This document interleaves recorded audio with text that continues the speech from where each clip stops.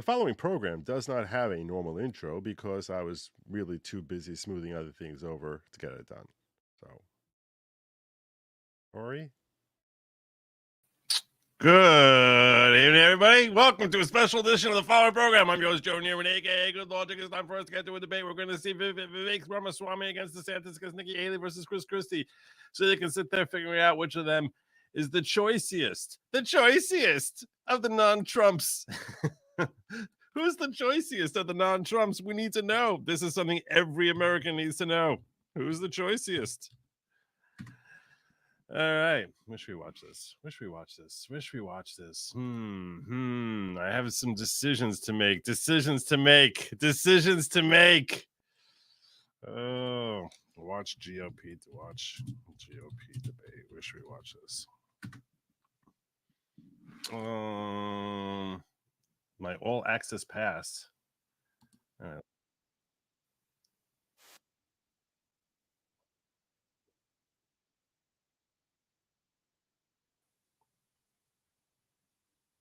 This is returning here for post-debate analysis. What? That's not good. That's not good. You suck. Let's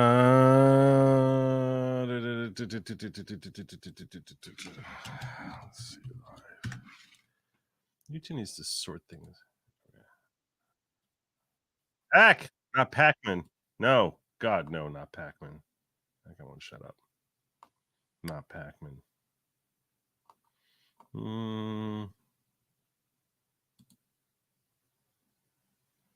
This looks like it might be good.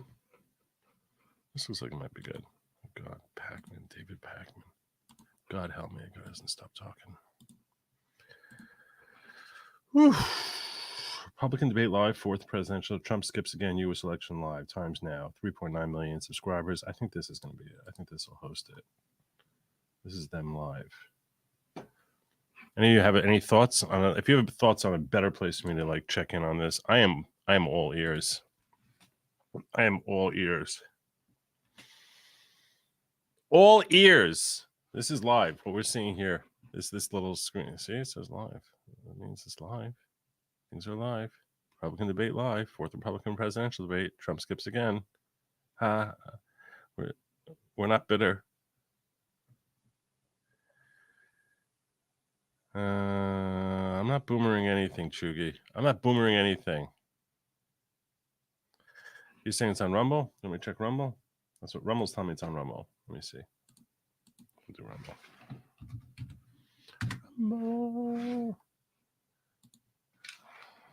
GOP debate live.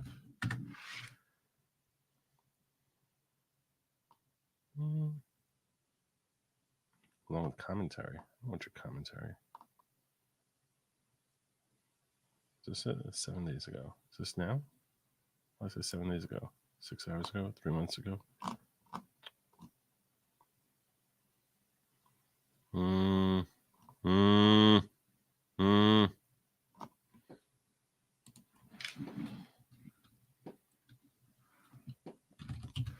Fourth.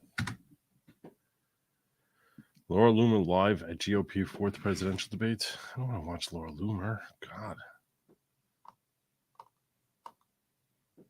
All right. Let's get rid of this for now. Let's hide this for a moment. I'll do a little search here. I still have that thing playing, so if it starts up there, which you would think it would, it should be good. And we're going to hit, where can I watch the debate? Watch debate live.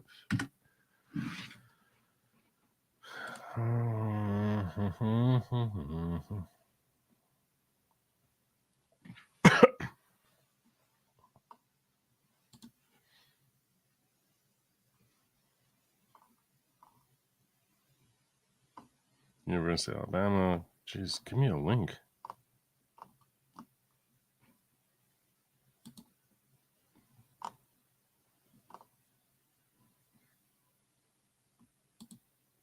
On Facebook? I want to watch it. Oh my God, it's actually started. What the hell is this?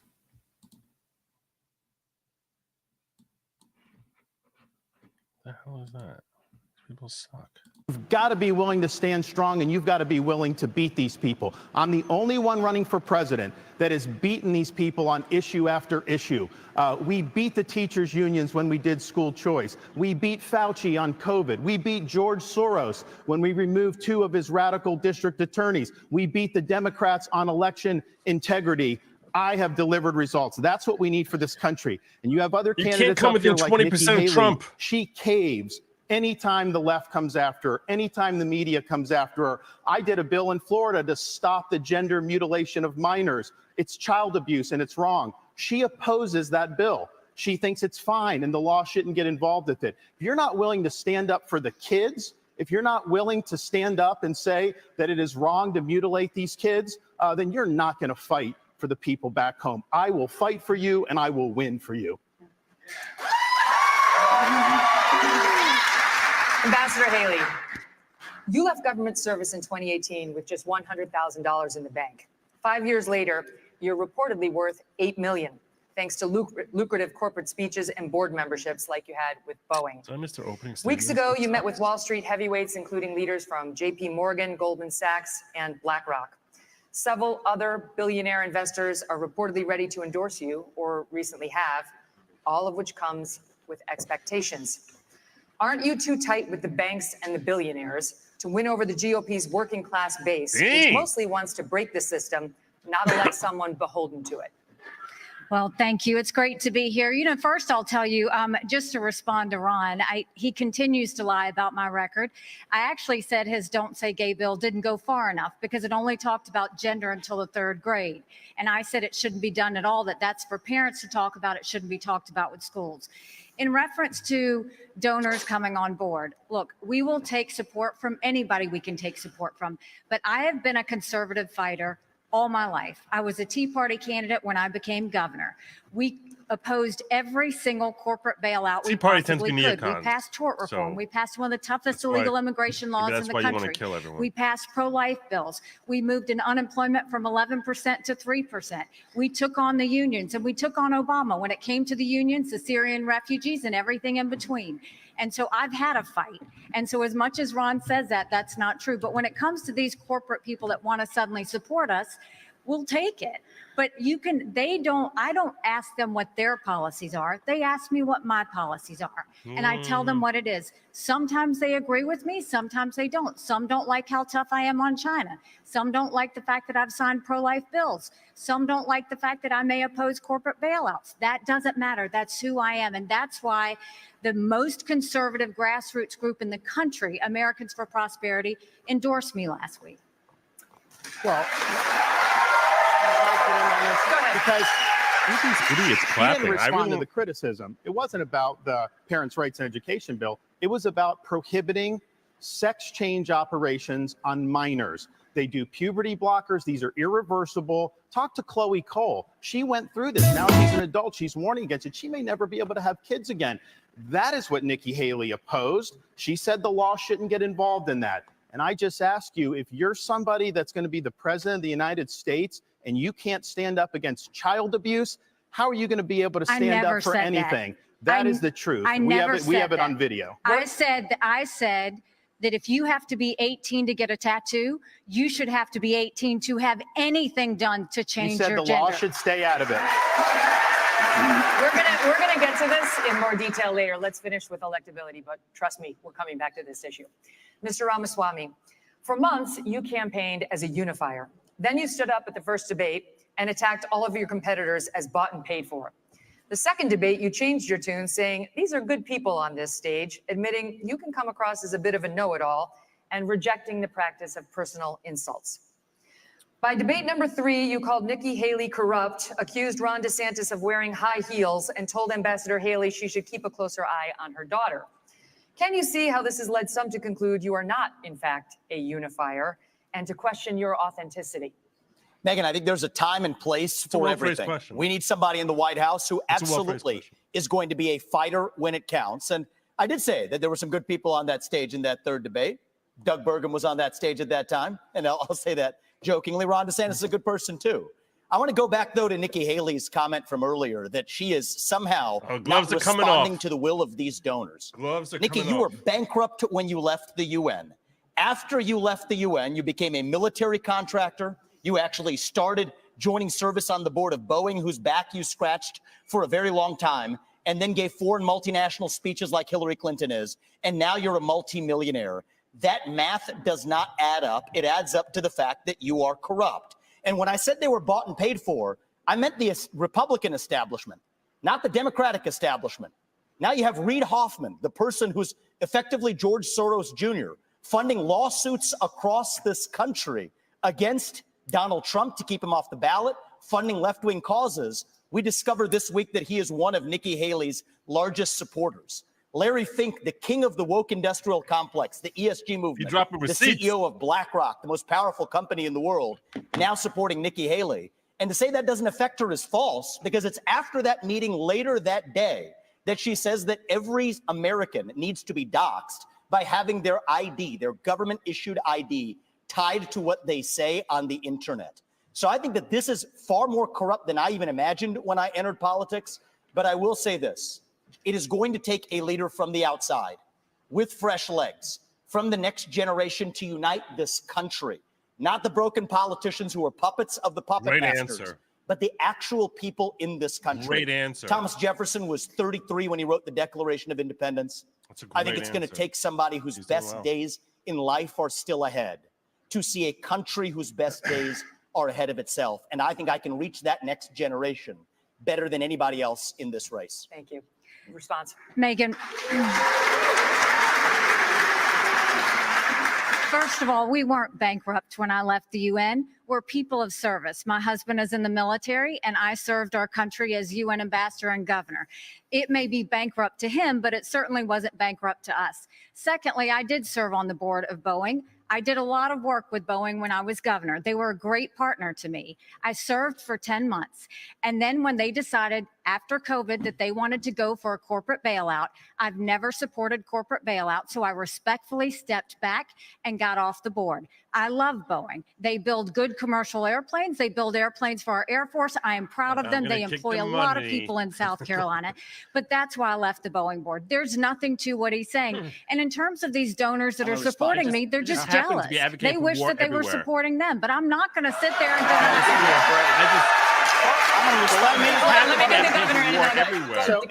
go, he wrote a book talking about ESG and these woke corporations and BlackRock. The idea that I want to do that in Florida, they were managing our part of our pension. And then when they did the ESG, I took $2 billion away from BlackRock. We took action. This ESG, they call it environment, social governance. And again, Nikki is meeting with all these people. They want to use economic power to impose a left-wing agenda on this country. They want basically to change society without having to go through the constitutional process. We've kneecapped it in the state of Florida. The next president of the United States needs to be able to go to that office on day one and end ESG. And the fact of the matter is, we know from her history, Nikki will cave to those big donors when it counts. And that is not acceptable. I did write that book, Ron. And the irony is Nikki Haley was heaping praise on me when I wrote that book. But now I worry. I was warning about the woke industrial complex in this country as a warning. Apparently, she read it as a how-to manual, just like she reads George Orwell's books as well. And so I think that that's actually far more dangerous than this is really important for people to understand. We're marching towards fascism under Biden. Jack Smith has subpoenaed every last retweet that someone has issued from Donald Trump in the year 2020. The only person more fascist than the Biden regime now is Nikki Haley, who thinks the government should identify every one of those individuals with an ID. That is not freedom. That is fascism. And she should come nowhere near the levers of power, let alone the White House. I've got to get to Governor Christie. I haven't forgotten about you, but can I just say, can you speak? I really appreciate it. How you doing, sir? Good to see you. Can you please speak to the requirement that you said that every anonymous internet user needs to out themselves? They're both hitting you on it. I would be happy to, and I love all the attention, fellas. Thank you for that. I'll say this. What I said was that social media companies need to show us their algorithms. I also said there are millions of bots on social media right now. They're foreign, they're Chinese, they're Iranian. I will always fight for freedom of speech for Americans. We do not need freedom of speech for Russians and Iranians and Hamas. We need social media companies to go and fight back on all of these bots that are happening. That's what I said. As a mom, do I think that social media would be more civil if we went and had people's names next to that? Yes, I do think that, because I think we've got too much cyberbullying. I think we've got child pornography and all of those things. But having said that, I never said government should go and require anyone's name. She said, I want your name. She President of the United States, her first day in office, she said, one of the first things I'm going to do. I said we were going to get the millions of bots. She wants government ID to dox every American. That's what she said. You can roll the tape. She said, I want your name. And that was going to be one of the first things she did in office. And then she got real serious blowback, and understandably so, because it'd be a massive expansion of government. Actually, we have anonymous speech. The Federalist Papers were written with anonymous writers. Jay, Madison, and Hamilton, they went under Publius. It's something that's important, and especially given how conservatives have been attacked and they've lost jobs and they've been canceled. You know the regime would use that to weaponize that against our own people. It was a bad idea, and she should own up to it. Come on, I'm going to give you 15 seconds, and then there is the governor, former governor of New Jersey. This cracks me up because Ron is so hypocritical, because he actually went and tried to push a law that would stop anonymous people from talking to the press, and went so far to say bloggers should have to register with the state if they're going to write about elected officials. It was in the, check your newspaper. It was absolutely there. I have never said government should trample on your constitutional rights. You can come back to it later. This is more dangerous than the Democrats. You're lying. This section's over. Okay.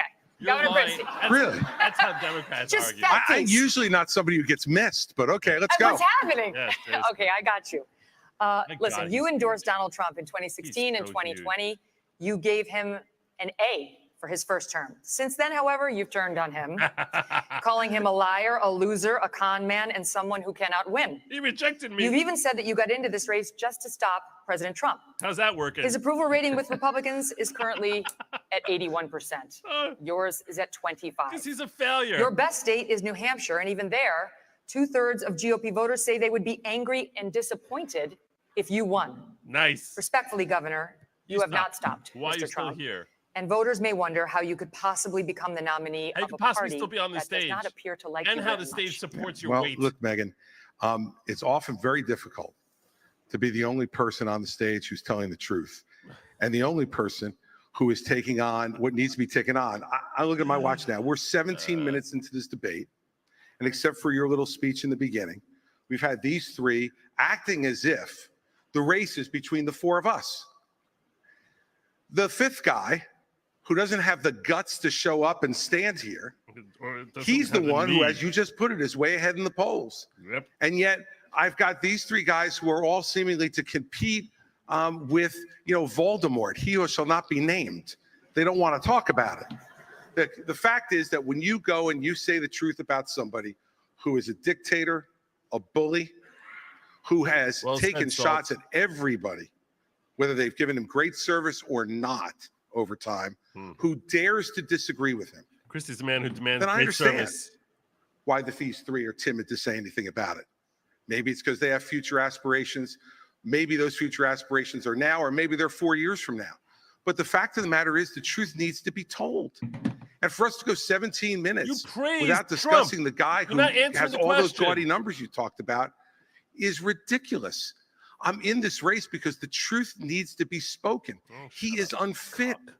This is a guy who just said this past week that he wants to use the Department of Justice to go after his enemies when he gets in there. You're like the least and the fact of the matter is, he is unfit to be president, and there is no bigger issue in this race, Megyn, than Donald Trump, and those numbers prove it. You're a disgrace. Governor Christie, we will be addressing that issue of Donald Trump in just a moment, but I'd like to first get to some questions. He wouldn't be any more of a disgrace if he was wearing Governor a muumuu. Desantis, tonight as we speak, the war is back on in Gaza. Israeli tanks are on the move and have surrounded the home of the leader of Hamas. 8 Americans have been held hostage in the tunnels beneath Gaza for 60 days now. American troops and warships in the Middle East are under attack. How far would you go as president to secure the release of those 8 American hostages? And would it include sending American forces into combat? we have to look out for our people. When there are hostages, Commander-in-Chief, you have to do whatever you can to get them done. But the overall issue with this is this administration is trying to hobble Israel from being able to defend itself. They have a right to eliminate Hamas and win a total and complete victory so that they never have to deal with this again. Hamas wants nothing less than a second Holocaust. They would wipe off every single Jew off the map. They would destroy the state of Israel if we could. Joe Biden will say they support Israel, and then they do nothing but try to kneecap them every step of the way. You should not try to direct their war effort. We should work together with them so that they can bring Hamas to heel. Look, I served in Iraq back in the day. I'm the only one running for president that served in the military. I understand that part of the world. We'll be over here. It's not the best part of the world. We do have troops there that Biden is leaving basically as sitting ducks. And you have the Iranians that are attacking these troops, and he's responding with basically pinpricks. You harm an American service member, you're going to have hell to pay when I'm president. We are not going to let our troops be sitting ducks. We also need to look at what's the underlying problem here. Iran. Biden is doing nothing to bring Iran to account. You got to turn the screws on them. Don't let them have any oil revenue. The money they get, they send to Hamas, they send to Hezbollah, and they foment jihad throughout the Middle East. So Biden has empowered Iran just like he's empowered other adversaries. We stand with Israel. They're our best ally in the Middle East. We have a unique relationship with them, and you will see a strong relationship when I'm the president of the United States. But would you send American troops? Look, this is the problem with the first three debates. Trump. Ron gets asked a question, and he doesn't answer it. Trump. Your question was very specific. You said, would you send American troops as commander-in-chief? And he went on to this minute and 30-second hosanna about his knowledge of the military and what we need to do, and didn't answer your question. Look, when you're president of the United States, you're not going to have a choice whether to answer that question or not. Ask Your Biden generals, that. Really? your Secretary of Defense, your Secretary of State, your National Security Advisor are going to present plans to you. They're going to look at you and say, do we go or don't we, Mr. President? And you can't give a 90-second speech about your military service, as laudable as it is. Would you send American troops in to rescue those hostages? Absolutely. If they had a plan which showed me that we could get them out safely, you're damn right I'd send the American Army in there to get our people home and get them home now. And I'll answer that question directly. Thank you, Governor Christie. Yeah, for sure. Mr. Ramaswamy, you have said it was irresponsible for Ambassador Haley to call Hamas's terrorist rampage an attack on America and for her to, quote, rabidly shout, finish them, end quote. The Hamas terror attack left dozens of Americans dead and was the deadliest attack on Jews since the Holocaust. Why wouldn't it be a good thing to finish Hamas?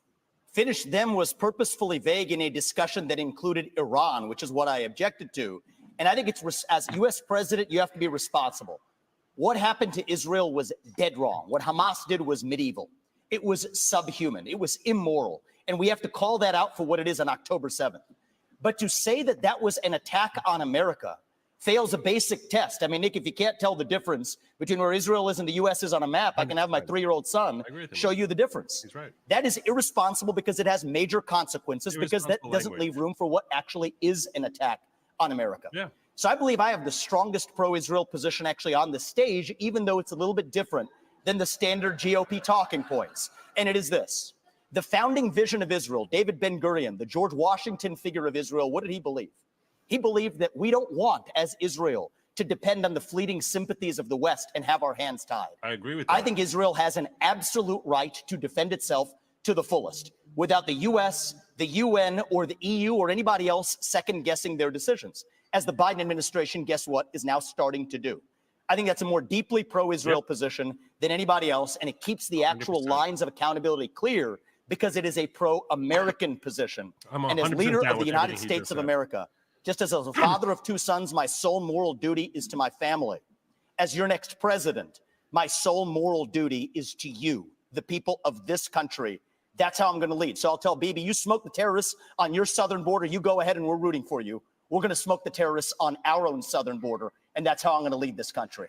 But Americans were killed in that attack. Americans were killed in that attack. And so if you looked at this terrorist attack and the number of Americans, this would be one of the top 10 terrorist attacks in American history. So our own people were killed in that attack. And I think it's absolutely appropriate to point that out and to say that we're in this together, and we are going to work with Israel so that these people are brought to justice. I agree with that. Ambassador Haley, I'm coming to you. Iran is on the threshold of becoming a nuclear state. Kill them all. The Wall Street Journal reported that Iranian military leaders gave the green light for Hamas's attack on Israel. You said in last month's debate that, by contrast to the Biden administration's approach to Iran, you would, quote, punch them once and punch them hard. Were you saying that it's time to bomb Iran? No, I was not saying it's time to bomb Iran, but I will tell you, I dealt with Iran every day when I was at the United Nations, and they only respond to strength. What they don't respond to is when you weaken the sanctions like they did on Iran that allowed China to send them billions to fill their proxies. What they don't respond to is when you give $6 billion for 5 hostages. That only makes them want more hostages. What they don't respond to is when they do 140 strikes on our men and women in Syria and Iraq, and we do nothing but just some small shots back. You've got to punch them. You've got to punch them hard and let them know that. That's the only way they're going to respond. So the way you do that is you go after their infrastructure in Syria and Iraq where they're hitting our soldiers. That's what you do. And then that's when they'll back off. The problem is you have to see that all of these are related. If you look at the fact Russia was losing that war with Ukraine. Putin had hit rock bottom. They had raised the draft age to 65.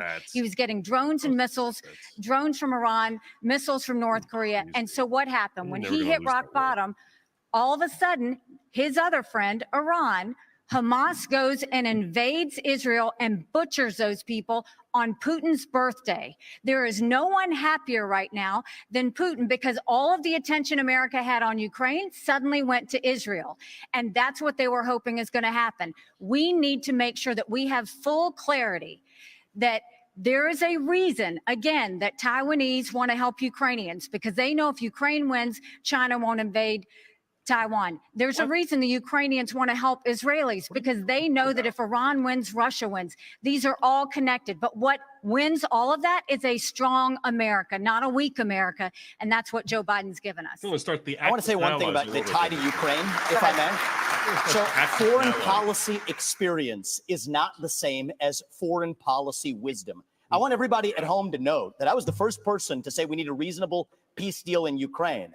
Now a lot of the neocons are quietly coming along to that position, with the exceptions of Nikki Haley and Joe Biden, who still support this, what I believe is pointless war in Ukraine. And I think those with foreign policy experience, one thing that Joe Biden and Nikki Haley have in common is that neither of them could even state for you 3 provinces in eastern Ukraine that they want to send our troops to actually fight for. Look at that. This is what I want people to understand. These people have, I mean, she has no idea what the hell the names of those provinces are, but she wants to send our sons and daughters and our troops and our military equipment to go fight it. He is punching her. This myth that Where's they've been where all selling the you that seals somebody had a cup of clapping? coffee Where the stint at seals the clapping UN and now? makes $8 million after, has real foreign policy experience. It takes an outsider to see this through. Look at the blank expression. She doesn't know the names of the provinces that she wants to actually fight for. And there's a puppet masters right there. The donors right there that are playing about the puppet masters. Hold on. Let me just say something here. You know, his reasonable peace deal in Ukraine, he made it clear. Give them all the land they've already stolen. Promise Putin you'll never put Ukraine in Russia, and then trust Putin not to have a relationship with China. Let me tell you something. That's no reasonable. That's not my deal. That's not my deal. Yes, it's exactly what you said. You do this at every debate. I'll tell you exactly what it is. Don't interrupt me. I didn't interrupt you. Okay? You say this. You do this. You do this at every debate. You go out on the stump and you say something. All of us see it on video. We confront you on the debate stage. You say you didn't say it, and then you back away. And I want to say what? Exactly what I said, Chris. I'm not done yet. Well, this is now look. This is nonsense. This man is spewing.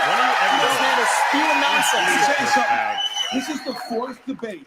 The 4th debate that you would be voted in the first 20 minutes as the most obnoxious blowhard in America. Seriously. So shut up for a little while. I'm going to respond to that. I want to say Your version of we're going to let you respond to that. We're going to let you respond to that. Let him finish. I want to say something else. We're now 25 minutes into this debate. And you haven't said anything. And he has insulted Nikki Haley's basic intelligence. Yes. Not her positions, her basic intelligence. Corruption. No, she doesn't know regions. She wouldn't be able to find something on a map that his 3-year-old could find. Yeah. Look, Yeah. If you want to disagree on issues, that's fine. And Nikki and I disagree on some issues. But I'll tell you this, I've known her for 12 years, which is longer than he's even started to vote in a Republican primary. And while we disagree about some issues and we disagree about who should be president of the United States, what we don't disagree on is this is a smart, accomplished woman, and you should stop insulting her. So I'm going to take this. I'm going to take several times over. So first of all, I think we just learned something from Christie. We learned three things. How humiliating. We learned three things right there. First of all, Christie also doesn't know what provinces in eastern Ukraine he actually wants us to fight for. Chris, your version of foreign policy experience was closing a bridge from New Jersey to New York. So do everybody a favor. Just walk yourself off that stage, enjoy a nice meal, and get the hell out of this race. When it comes to Nikki, I think if you're going to actually send your sons and daughters to go die in somebody else's war, you better, excuse me, Chris, I'm speaking, and I'm not done yet. You had your chance, and we're going to be done. So listen up to this. If these people want to send your sons and daughters to go die in Ukraine, they've been arguing for it for a year. $200 billion of our taxpayer money sent over. Neither of them could even name for you the provinces that they actually want to protect. And this is the people who have been touting their so-called foreign policy experience. It is intellectual fraud. These people are lying to you, the same people who told you about weapons and mass destruction in Iraq. To justify that invasion, didn't know the first thing about it, yet they sent thousands of our sons and daughters to go die. The same people who told you the same in Afghanistan, where the Taliban is still in charge 20 years later. $7 trillion of our national debt due to these toxic neocons. You can put lipstick on a Dick Cheney, it is still a fascist neocon. Thank you, Mr. Mr. See that today. Thank you, Mr. It's Dick Cheney Ramaswamy. all over again in this party. Thank you, Mr. Ramaswamy. 15 seconds. Name the provinces. Neither of you could even name the people saying about Eastern Donetsk, countries. Luhansk, and Crimea. Let me just. It's actually Crimea is the wrong All answer. right. The floor is Christie's. All right. Let me just say this. Now she's up with three. This is the kind of thing where he talks about experience. I was the U.S. attorney in New Jersey when the terrorist attacks were launched against the United States in 2001. I brought the first two cases in this country against terrorists who tried to attack us again. What the hell's that do with and I know about the threat of terrorism and bullying in this country and around the world. And at that time, he was learning about the provinces in Ukraine, sitting with his smart-ass mouth at Harvard. That's what was going on.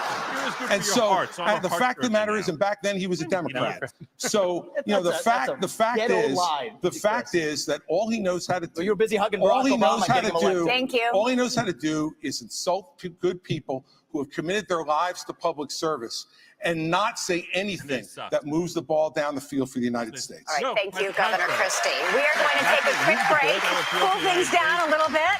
When we come back, we're going to tackle issues on the southern border. Wow. We'll be back in a few I don't minutes. care who that audience is clapping for. They can pack that audience with whatever bunch of idiot neocon morons they want. I got to tell you something. He is destroying. Santa's coming soon. Oh, Lord, stop that. Have you finished your Christmas shopping? We'll come back to that. I'm going to see if I can find another source for this.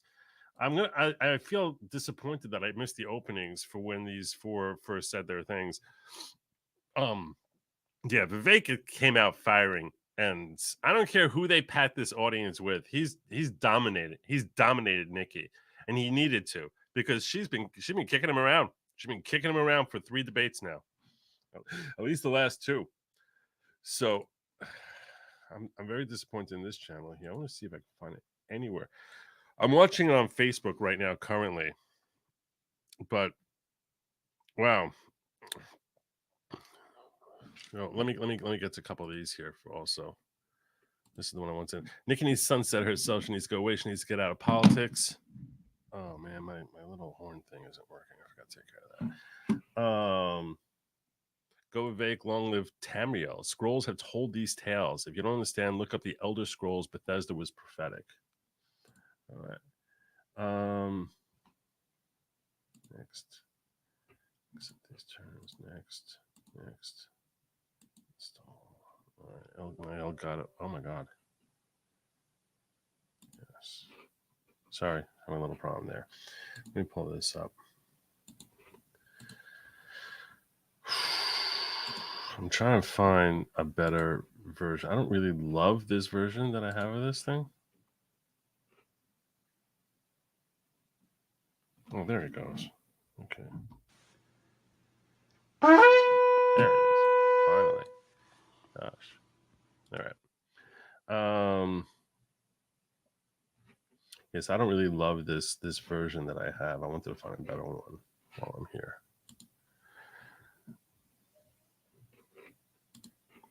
We're watching Four Losers because it's entertaining. Hello.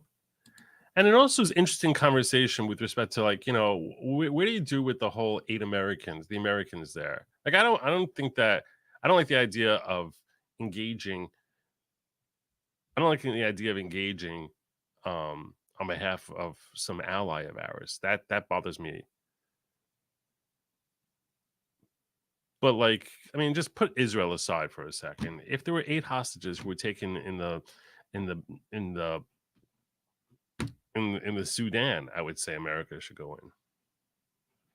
So it doesn't matter who. I mean, that's, you know, should make sure that they basically terrify. And here's the thing that I was trying to express with respect to Nikki Haley. She says you need to give a punch. You don't need to give a punch. You need to display strength. You don't need to flex strength. Those are two different things. Usually the strongest kid in a class rarely gets into a fight because everyone is just scared of them. That's how you handle it effectively on a political stage also. You can scare far, you know, discover America's hostiles. Independent voice. You can scare foreign hostiles. You don't need to go in there and actually throw a punch. That's how Trump was so effective in his foreign policy. That he scared the life out of them, so that none of them were going to do anything because they're terrified as to how he was going to react. And that's far more effective than actually sending troops. But none of them seem to learn from him. Maybe Vivek did, but the other guys certainly didn't. You know, when we had hostages in 1979, when American hostages were taken by Iran, the day that Reagan got sworn in, they were released. What did he do? What did Reagan do? For a year, they were holding these hostages. 444 days they held these hostages. Why were they released? Because of fear. Not because we flexed our muscles, but because they knew that he was not that he was not Jimmy Carter. That's how you have effective foreign policy. But Nikki Haley doesn't understand that. She just understands, we've got to punch him. We got to go to war with everyone. All right, let's see what we got going. I'm still on the same.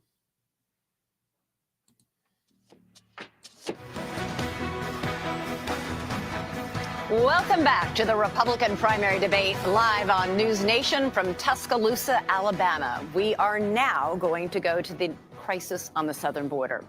Polls show immigration and the crisis are among the most pressing issues for Republican voters right now, both the issue of migrants crossing illegally into our country and the separate issue of fentanyl being smuggled in mostly through legal ports of entry. All year, News Nation has been at the border documenting the crisis. In 2023 alone, Border Patrol encountered a record 2.4 million migrants. All 4 of you have talked tough. The question now is, how realistic is the talk? So, Governor Desantis, I'd like to start with you.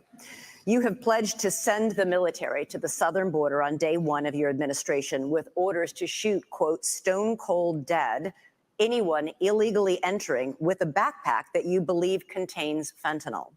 Critics have called this a shoot first, ask questions later policy that would amount to extrajudicial killing.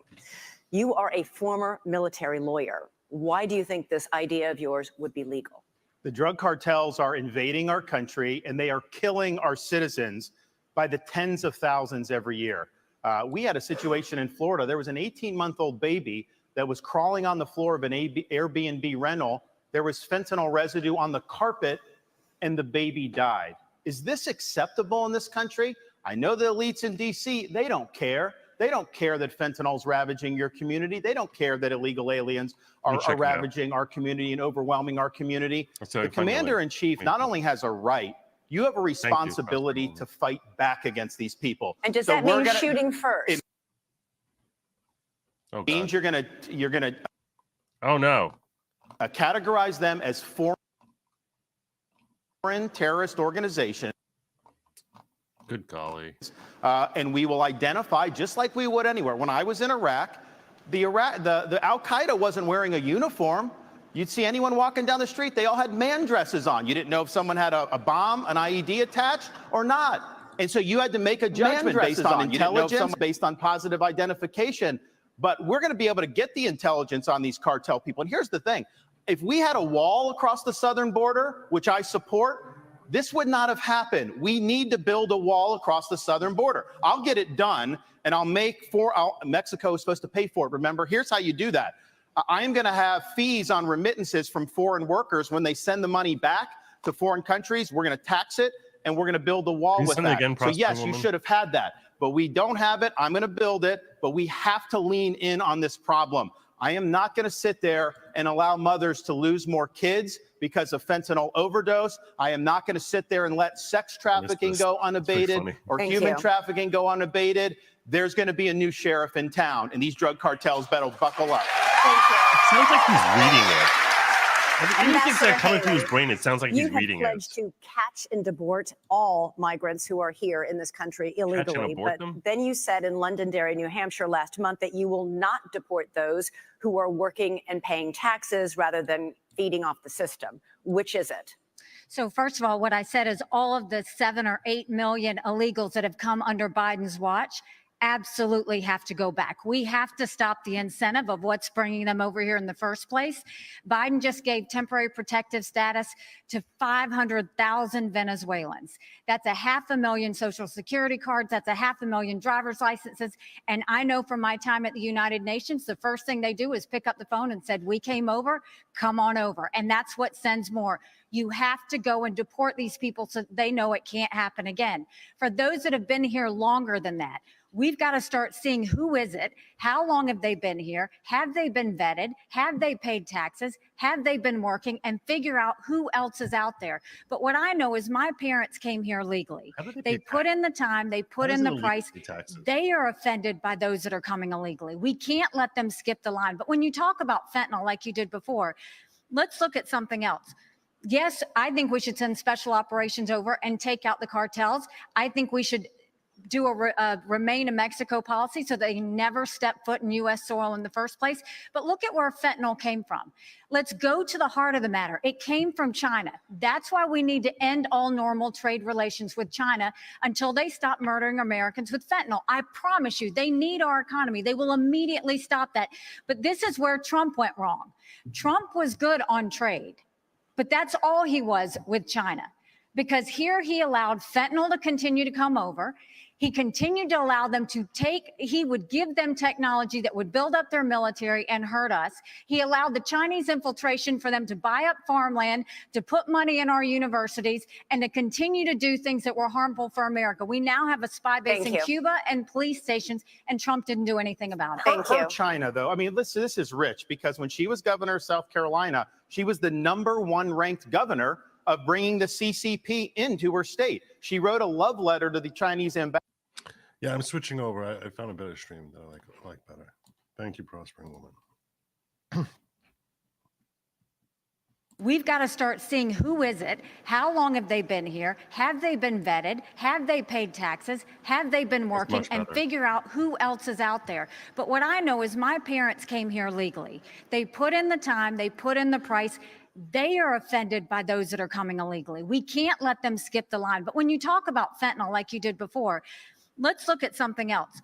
Yes, I think we should send special operations over and take out the cartels. I think we should do a remain in Mexico policy so they never step foot in U.S. soil in the first place. But look at where fentanyl came from. Let's go to the heart of the matter. It came from China. That's why we need to end all normal trade relations with China until they stop murdering Americans with fentanyl. I promise you, they need our economy. They will immediately stop that. But this is where Trump went wrong. Trump was good on trade, but that's all he was with China, because here he allowed fentanyl to continue to come over. He continued to allow them to he would give them technology that would build up their military and hurt us. He allowed the Chinese infiltration for them to buy up farmland, to put money in our universities, and to continue to do things that were harmful for America. We now have a spy base in Cuba and police stations, and Trump didn't do anything about it. Her China, though, I mean, this is rich, because when she was governor of South Carolina, she was the #1 ranked governor of bringing the CCP into her state. She wrote a love letter to the Chinese ambassador saying how great a friend China is. You can look at it. We put it on our website, rondesantis.com. There's also a video of her as governor standing in front of a Chinese flag with a Chinese business saying that she now works for them, talking about this Chinese company. So she's been very weak on China. Now, here's the problem. The rhetoric is different, but her donors, these Wall Street liberal donors, they make money in China. They are not going to let her be tough on China, and she will cave to the donors. She will not stand up for you. 15 seconds, Ambassador. First of all, he's mad because those Wall Street donors used to support him, and now they support me. The second thing is he has a company, a Chinese company, UGAS, that he just did a rally there last year. They have given you $340,000 in campaign donations between them and their employees. They are tied to the Communist Chinese Party. Jinko Solar is another one. They went and expanded. You gave $2 million in subsidies. I banned China from buying land in the state of Florida. The Department of Homeland I ejected the Confucius Institute. Nikki Haley brought Confucius Institutes to the universities in South Carolina. That is not true. I ejected them. So I have a record of standing up and do what's right. And here's the thing. You have a record of lying. She's trying to say things like that. Even the liberal media groups that usually, if I say the sky is blue, they'll fact check me and say that's wrong. They looked at her charges. They said it was totally false, that they could not find one instance of me recruiting a Chinese business coming to Florida. You know why? Because we never recruited any Chinese businesses to the state of Florida. Thank you. Thank you. Mr. Ramaswamy, over the past year, fentanyl has killed more than 75,000 Americans, 1,000 of them right here in Alabama. You have vowed to use the military to, quote, annihilate drug labs inside Mexico, something the president of Mexico said would be a hostile act. But fentanyl can easily be made anywhere, and labs that are shut down can easily and quickly be replaced. Are your tough enforcement policies offering false hope to a country racked by addiction? To the contrary, I don't think it's going to have to come to that if we deal with the actual demand side problem that we also have in this country. I mean, the easy part is talking about how we're going to use our military to secure the border. I will, and I believe that everybody else wants to do the same thing. But the harder part is dealing with the crisis of purpose and meaning, the mental health epidemic raging across this country like wildfire. And there's a reason why after the opioid crisis, you see fentanyl. And even after we get fentanyl, and we are going to be sure to make sure we do it, this one is worse for many reasons. They're illegally lacing it into pharmaceuticals, so it's more dangerous. But we're deluding ourselves. The real false promise here is thinking that we're going to have dealt with that underlying mental health epidemic in this country by just dealing with the demand side of it. But I want to get back to this issue of the root cause, because a lot of these are coming from labs in Wuhan, China, of all places. Drug materials that are going to the Mexican drug cartels that they're pumping across that southern border like a modern opium war. I think it is going to take a U.S. president that's going to have a very different conversation with Xi Jinping than what Joe Biden just had in California. I will tell Xi Jinping, you will not only not buy land in this country or donate to universities in this country. U.S. businesses won't expand into the Chinese market until they're playing by the same set of rules. And the same country that's putting fentanyl into illegal pharmaceuticals in Mexico, it's no coincidence, is the exact same country that also unleashed hell on the world with the COVID-19 pandemic. We also have to hold them accountable with every financial lever that we have available. That is what it actually means to stand with a spine. And you mark my words, if we're willing to stand with the spine, China will absolutely have to fold because they're in a tougher spot than we are. And then we're back to playing by the same set of rules. Thank you, Mr. Ramaswamy. Thank you. Let's talk about the economy. Ambassador Haley. Why is there an audience there? Homeownership has always been part of the American dream, but it's increasingly out of reach for younger Americans. This year, mortgage rates reached 30-year highs. Home prices have risen $190,000 over the past decade. Is this the free market at work? Or should the federal government do something to make homes more affordable? God, no. Well, first of all, I mean, you're exactly right. My daughter just got married, and I saw how hard it was for her and her husband to buy a home.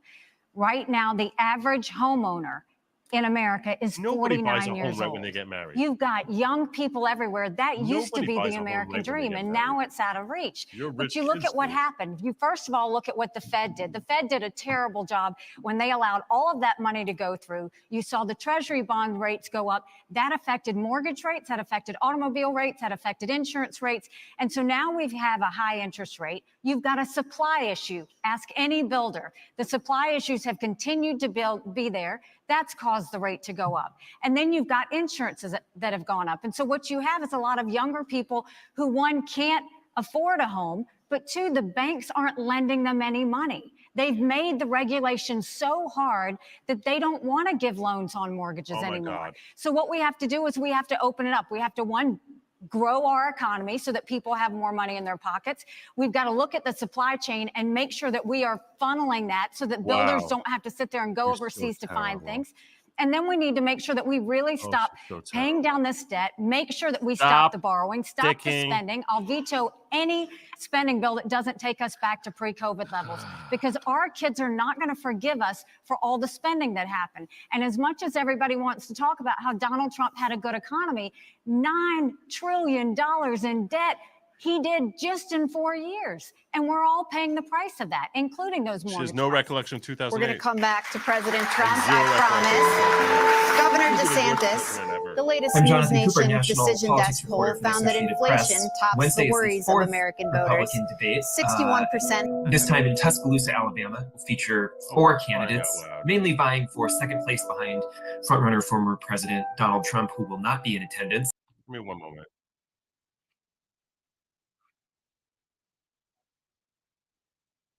One moment to fix this. Make sense. I don't know what the heck. But I do think this is something. Oh, I know what happened. I apologize for that. I'll catch up.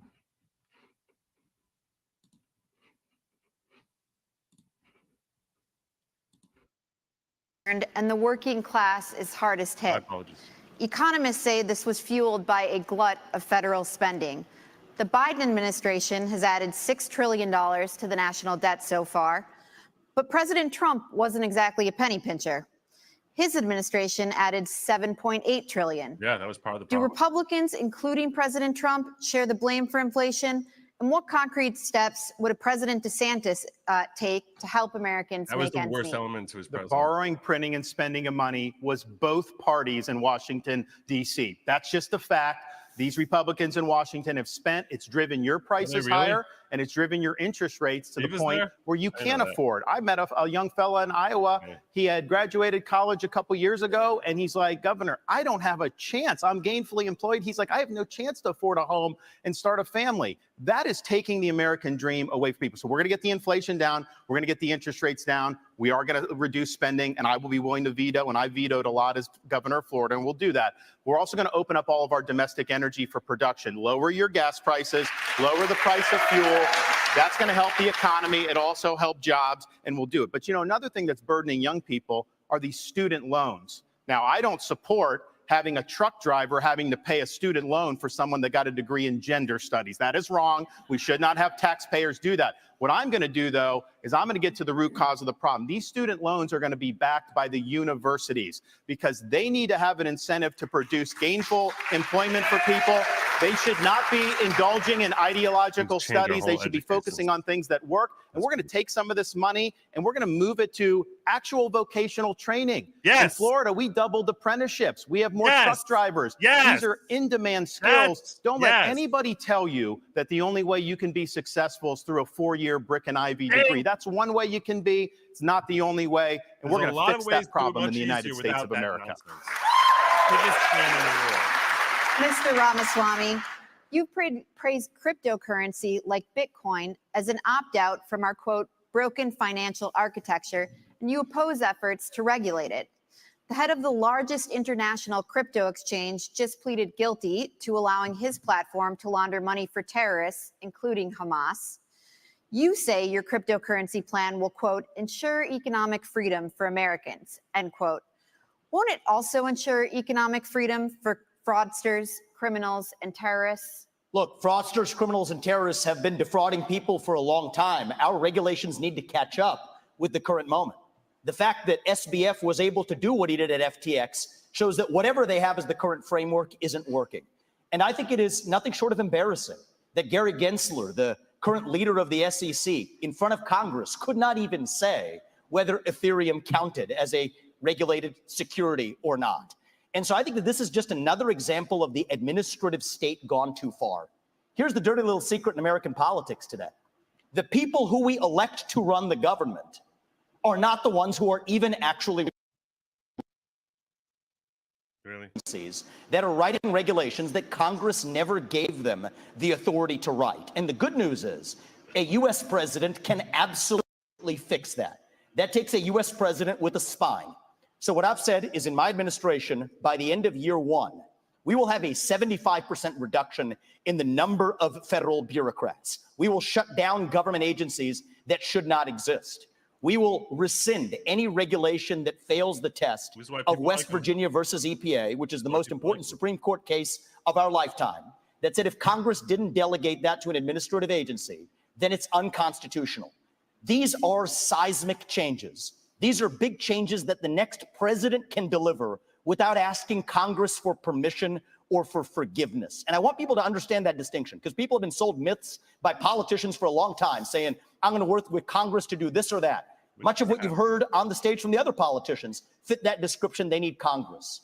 The things that I'm promising you, this is what the leader of the executive branch gets to do under Article 2 of the Constitution. Thank you, sir. Cut down the bureaucracy. That's how we grow our economy and put the Federal Reserve in its place. This is part of the crypto discussion. No. 90% Mr. headcount reduction at the Fed. You're out of time. 15 seconds, Governor DeSantis. So one of the dangers that we're going to face, Biden wants, is a central bank digital currency. They want to get rid of cash, crypto. They want to force you to do that. They'll take away your privacy. They will absolutely regulate your purchases.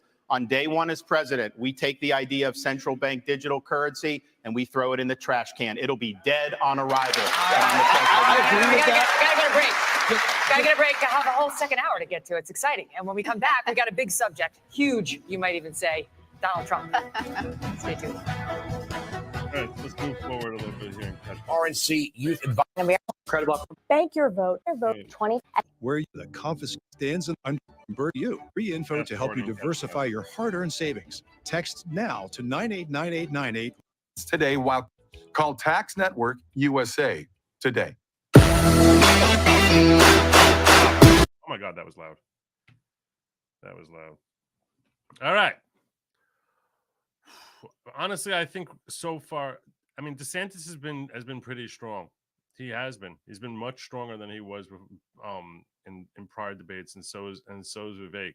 I think that I would expect to see a mild rise. I think that Haley's is sort of bleeding, and you could even see it in the crowd, which started off like so excited by anything that Haley had to say, and even at this point, they're like, so. Yeah, I think that Ron is actually doing fairly well in this. This is the best version of Ron that we've seen, and I think Vivek came out like swinging, and he hasn't stopped.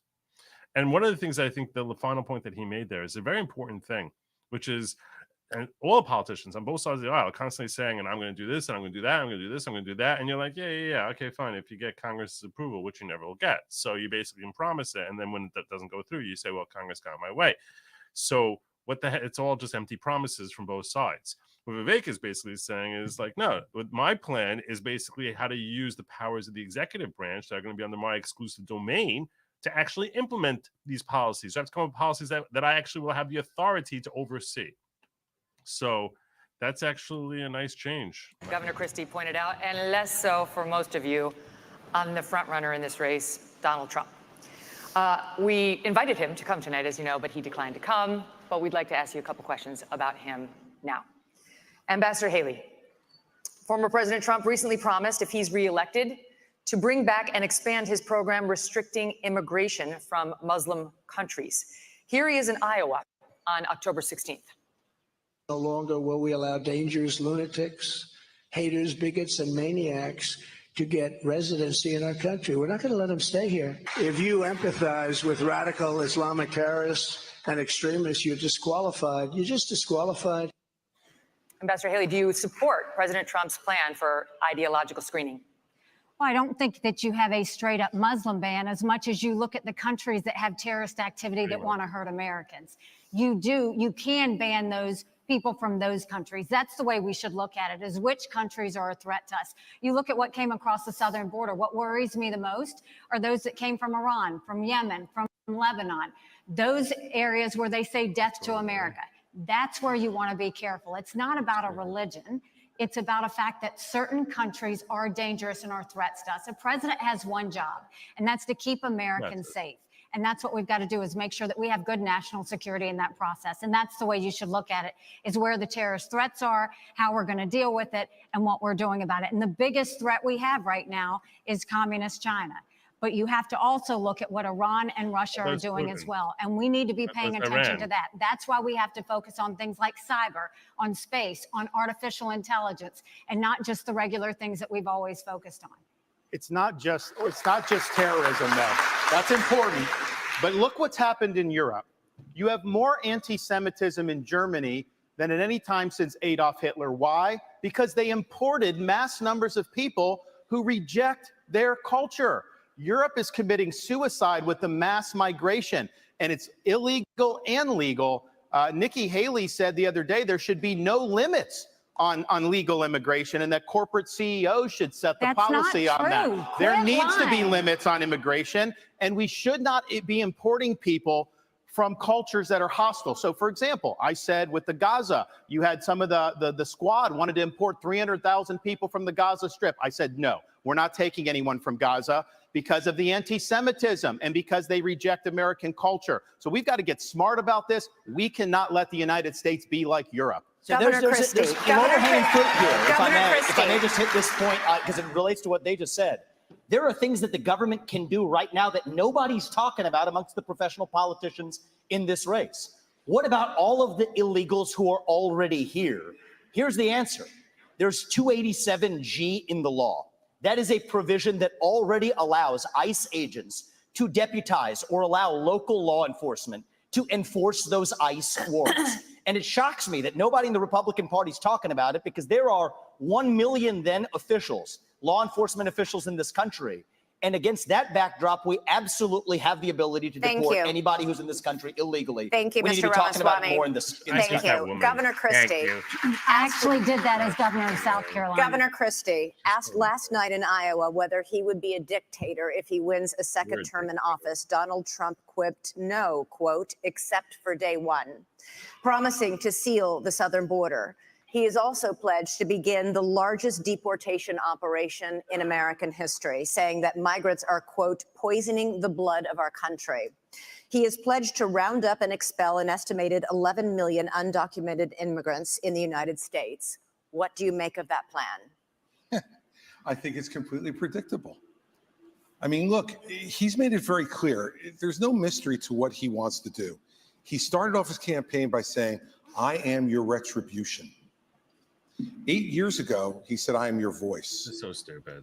This is an angry, bitter man who now wants to be back as president because he wants to exact retribution on anyone who has disagreed with him, anyone who's tried to hold him to account for his own conduct. You're terrified. And every one of these policies he's talking about are about pursuing a plan of retribution. And yet, at the first debate, oh my God, he's such an my three colleagues on this stage, when asked if he would be convicted of federal felonies, would they still support him, raise their hand, look into the camera, and let everybody know that they would still support him, even if convicted of federal felonies. Federal felonies, by the way. Federal felonies, which involve our election process, federal felonies, which involve the most sensitive of our governmental secrets, federal felonies where he instructed others to commit crimes, folks who are now agreeing to go to jail because of what they did in his name. So do I think he was kidding when he said he was a dictator? All you have to do is look at the history. And that's why failing to speak out against him, this dude is making excuses for him, pretending that somehow he's a victim, shut up, empowers him. You want to know why those poll numbers are where they are? Because folks like these three guys on the stage make it seem like his conduct is acceptable. You're so stupid. Let me make it clear. You're so stupid. You're such a loser. You fat, stupid loser. My God, how humiliating. This guy was once in charge of overseeing as an attorney general. His conduct is unacceptable. He's unfit. And be careful of what you're going to get. If you ever got another Donald Trump term, he's letting you know, I am your retribution. He will only be, Elizabeth, he will only be his own retribution. He doesn't care for the American people. The only reason they put him up it's on Donald Trump first. The only reason Thank you, Governor Christie. Governor Desantis. Governor DeSantis. Thank you.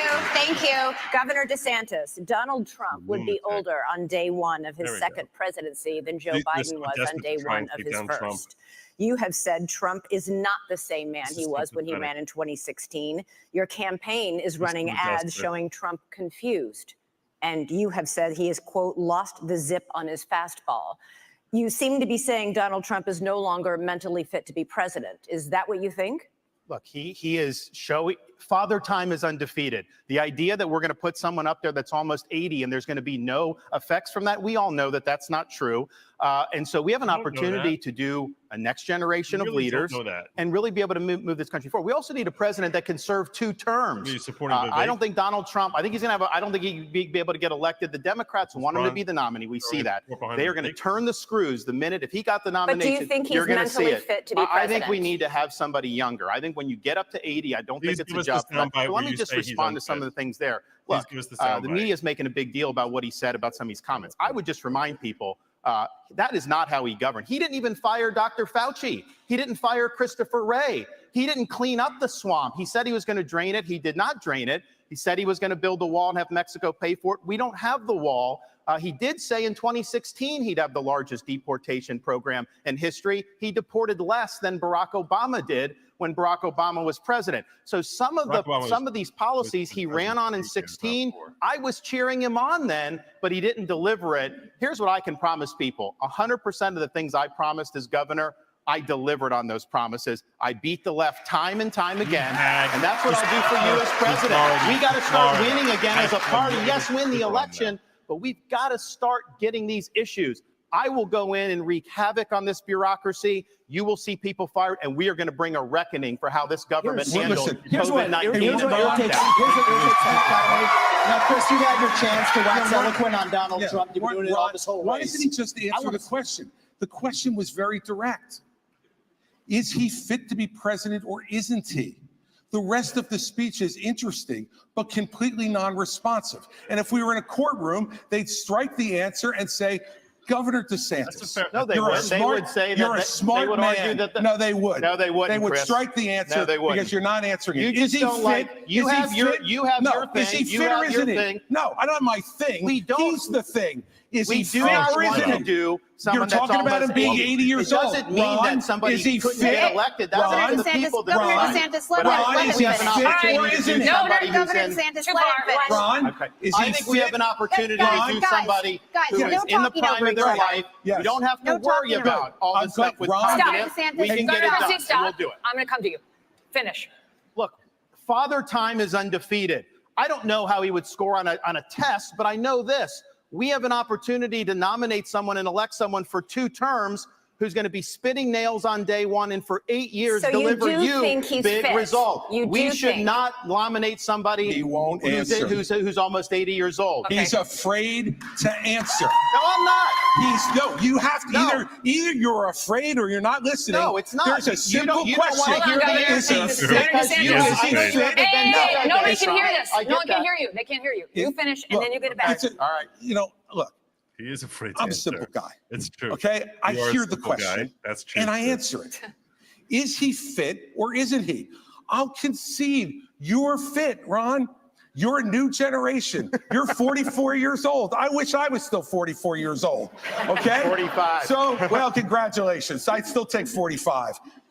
Is he fit or isn't he? And this is the problem with my 3 colleagues. They're afraid to offend. And let me tell you something. If you're afraid to offend Donald Trump, you're the one. What are you going to do when you sit across from President Xi? You sit across from the Ayatollah. You sit across from Putin. You have to be willing to offend with the truth and answer the question. Fit or unfit? Okay, listen. I promised Ron DeSantis a minute, and not a full minute. I've got It is not about You can weigh in offending. and then we're moving It's on. about pointing out, do you want to elect somebody who will be older than Biden was when he went in Still not answering the 2021? question, though, Ron. We're not I don't think answering it, Ron. he's as bad as Biden was at all. But I do think that over a 4-year period, it is not a job for somebody that's pushing 80. We need somebody that's younger. We need somebody that's going to be able to go in there and clean house on day one and do it for 2 terms. And I'll be able to Here's do my that. issue with all 3 of my other colleagues on this debate stage, is all 3 of them have been licking Donald Trump's boots for years for money and endorsements. Ron DeSantis, you've been a great governor, but you would have never been one without actually begging Donald Trump for that endorsement. And you attacked him in your book a year ago. Same thing with Chris Christie as a lobbyist, begging them for COVID money for his special interests in New Jersey, prepping him for the debates how's last truth time around. feeling now, These Christie? people are now Monday morning quarterbacking some decision he made. I think the real enemy is not Donald Trump. It's not even Joe Biden. It is the deep state that at least Donald Trump attempted to take on. And if you want somebody who's going to speak truth to power, then vote for somebody who's going to speak the truth to you. Why am I the only person on the stage, at least, who can say that January 6th now does look like it was an inside job? That the government lied to us for 20 years about Saudi Arabia's involvement in 9/11. Yes. That the Great Replacement theory is not some grand right-wing conspiracy theory, but a basic statement of the Democratic Party's platform. Yes. That the 2020 election was indeed stolen by big tech. Wow. That the 2016 election, the one that Trump won for sure, was also one that was stolen from him by the national security establishment that actually put up the Trump-Russia collusion notes that it was false. There's a reason why I'm the only person on the stage who can say these things. That's what it's going to take, not people who are licking his boots one time and now Monday morning quarterbacking him and criticizing him when it's convenient. Governor Christie. Yeah, get him. Root for him, Viva. You do not favor a ban on trans medical treatments for minors, saying it's a parental rights issue. The surgeries done on minors involve cutting off body parts sucks. at a time when these kids Christie, cannot in even every legally smoke a possible way. cigarette. Kids who go from puberty blockers to cross-sex hormones are at a much greater likelihood of winding up sterile. How is it that you think a parent should be able to okay these surgeries, never mind the sterilization of a child? And aren't you way too out of step on this issue to be the Republican nominee? Yes. No, I'm not. Oh my God. Because Republicans believe in less government, not more. Oh, in that's less not the involvement point. with government, That's not the more point. government involvement in people's lives. They're And you know what, destroying, Megyn? mutilating their own I children. trust parents. You're an idiot. And we're out there Wow, saying you're that so we should stupid. empower parents in education. You're so We should stupid. empower parents to make more decisions about where their kids go to school. God. I agree. We should empower parents to be teaching the You're so values out of that touch they believe with in their parents. homes without the government telling them what those values should be. Oh my God. And yet we want to take other parental rights away. I'm sorry. As a father of 4, I believe there is no one who loves my children more than me. Yeah, and that There's doesn't no mean one you don't who suck loves as a my parent. children more than my wife. There's no one who cares more about their success and health in life than we do. Not some government bureaucrat, not some. You look at these jokers down in Congress. You're a joker. It takes them 3 weeks to pick a speaker. And up until 2 days ago, they couldn't promote somebody in the military in the United States Senate who earned their new rank.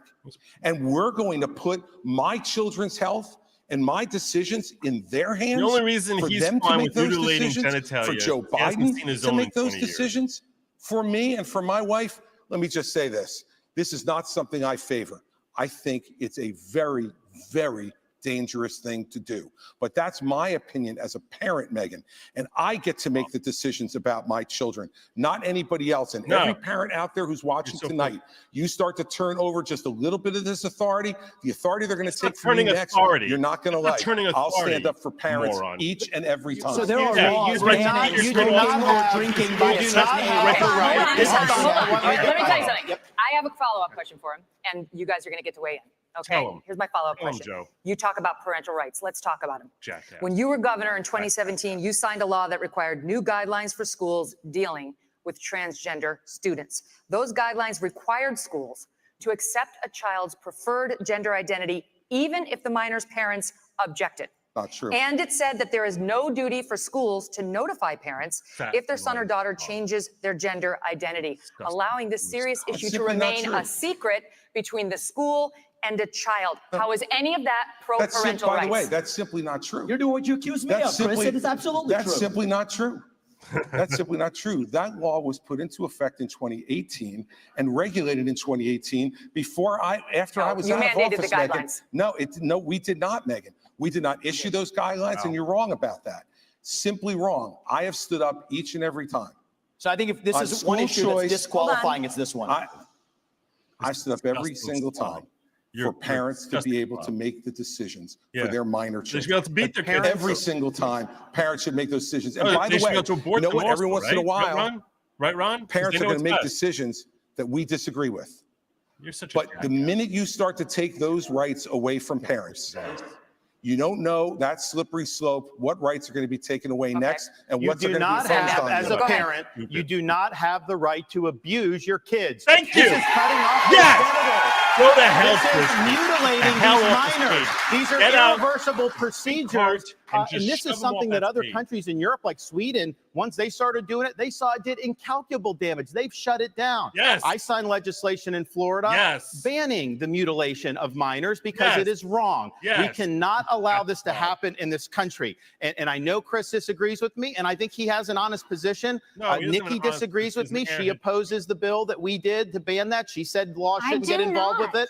You said the law shouldn't get involved with it. She also, though, I think, and this flows from what she did as governor of South Carolina, they had a bill to try to say that men shouldn't go into girls' bathrooms. And she killed that bill, and she bragged that she killed that bill. Even to this day, she bragged that. I don't think men should be going into little girls' bathrooms. I think it's wrong. And I think we have every right to protect them from that. Parents want to go to the bathrooms, they should. I am going to come to you. I promise 10 seconds. Go quickly. I think the North Star here is transgenderism is a mental health disorder. We don't let you smoke a cigarette by the age of 18. We don't let you have an addictive drink of alcohol by the age of 21. And I just challenge Ron DeSantis to go one step further and support what I think is clearly within the authority to do using federal funds, just like Reagan did in '84. For the Highway Act that said the minimum drinking age needs to be 21.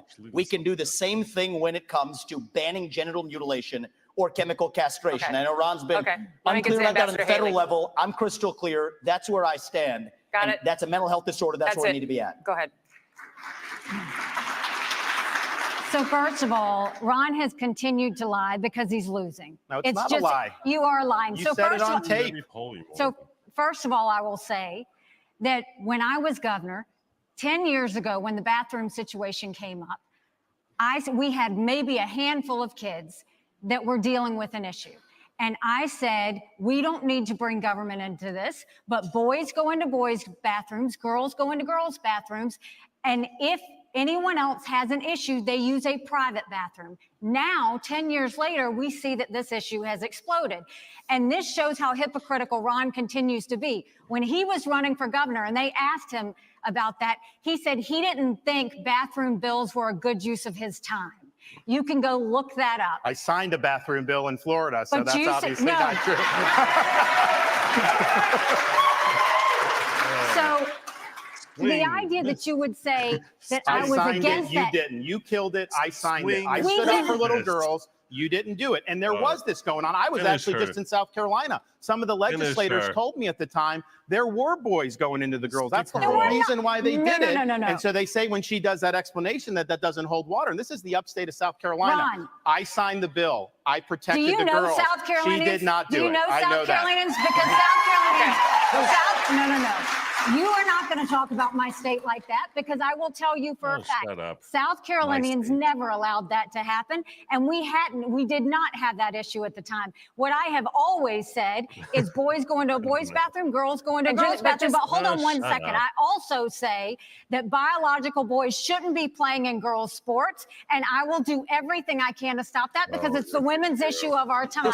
I signed legislation to protect women's sports. I actually get this stuff done. You got it. Thank you, guys. We're going to move on.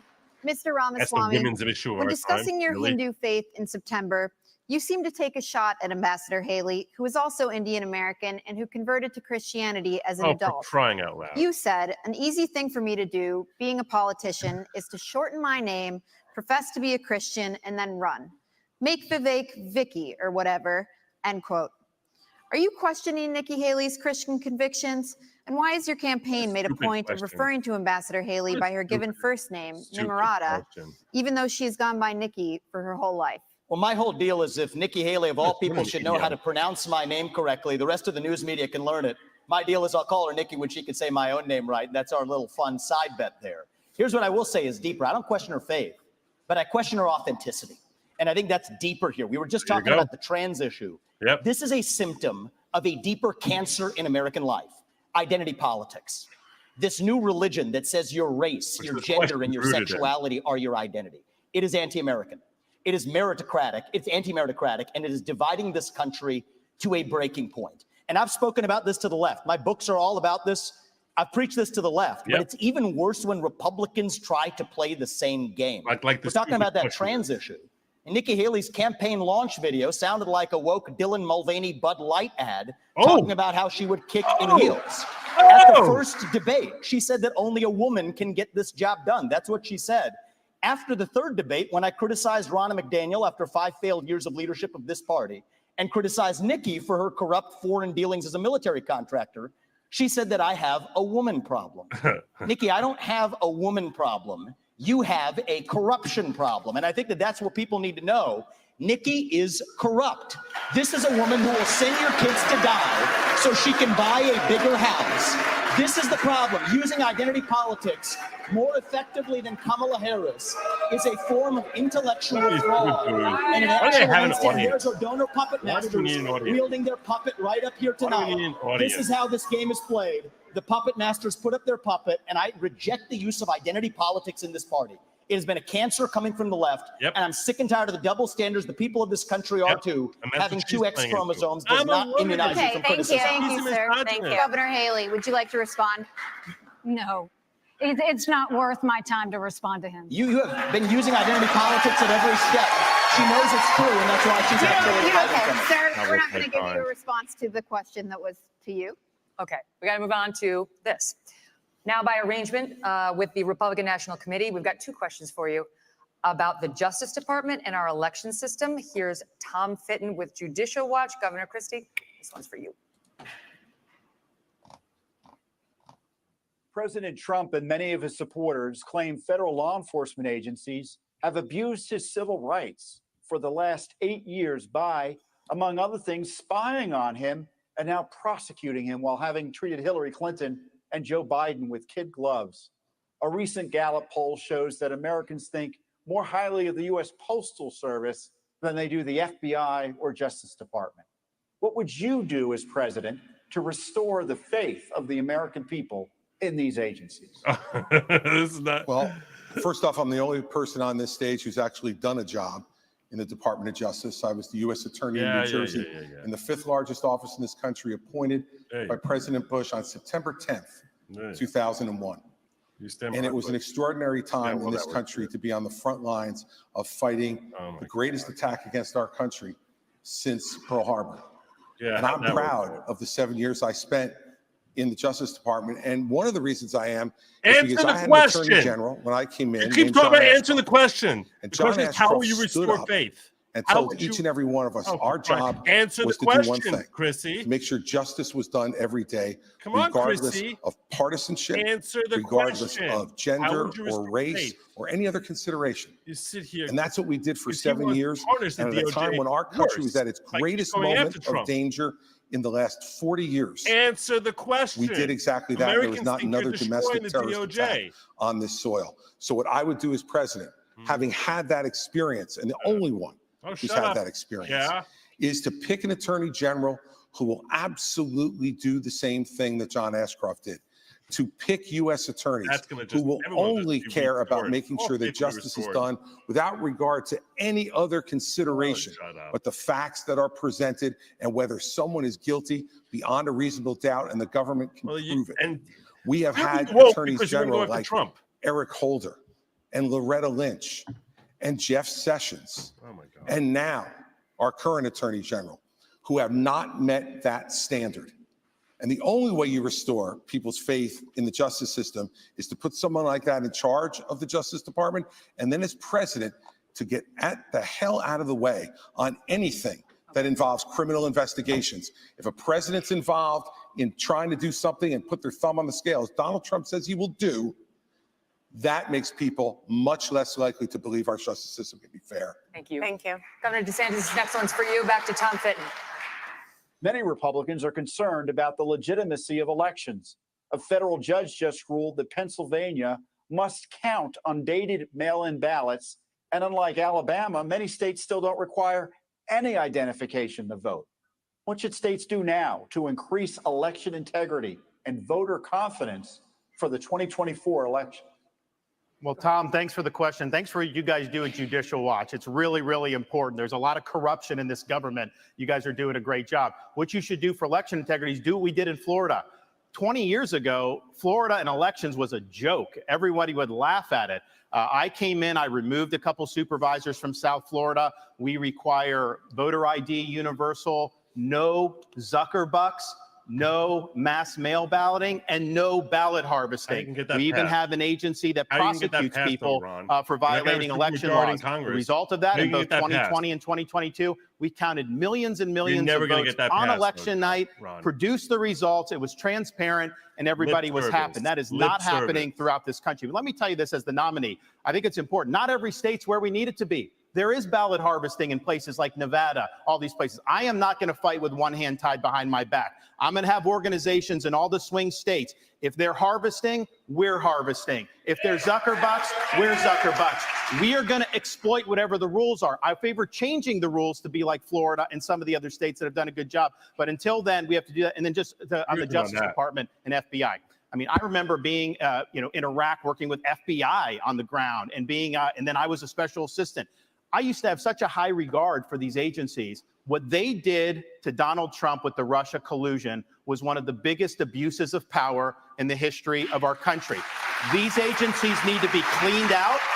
With me, you'll have a new FBI director on day one. We're going to clear out the DOJ, the IRS, all these places. Buckle your seatbelts. There's going to be a new sheriff in town. Thank you. All right, we got to do a quick break. We're going to come back in 1 minute. China up next. Wow. Wow. Wow. And you're spot on correct. I don't want to hit the horn in the middle of them talking, but you don't have a right to harm your kid the way Christie is advocating for. That guy's a freaking lunatic. And as far as like you know how I'm going to fix the tarnished DOJ reputation? Why is it that everyone thinks it's tarnished? Because even the left can see how corrupt these charges against Donald Trump are that this jackass can't see. Unbelievable. Whatever little faith people still have in the DOJ would completely evaporate under the likes of the sad weight of a Christie presidency. Good golly, what a lunatic. Guy's a sicko. And his policy with respect to trans kids, trust the parents. You haven't seen the Munchausen by proxy that we've seen all these stupid, crazy parents, like that woman who's a director in Disney, who's like, I have one kid, who has one kid who's 2 kids under 12 years old, and she's like, well, I guess I'm not going to have any kids. One of my kids is gay, and the other is going trans. It's like, yeah. What are the chances?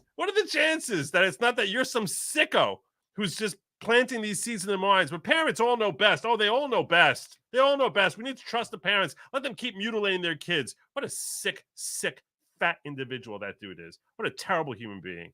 Terrible human being. Destroy our DOJ. Go after people who he just doesn't like because he doesn't like them. Twist our laws into knots and mutilate and let wacko parents mutilate their kids. What a freaking lunatic. Oh my God. And watching Nikki Haley slowly wither and die throughout this entire thing is a delicious thing to watch also, because she's a menace. If you have any relatives in the armed forces, good luck under a Haley presidency.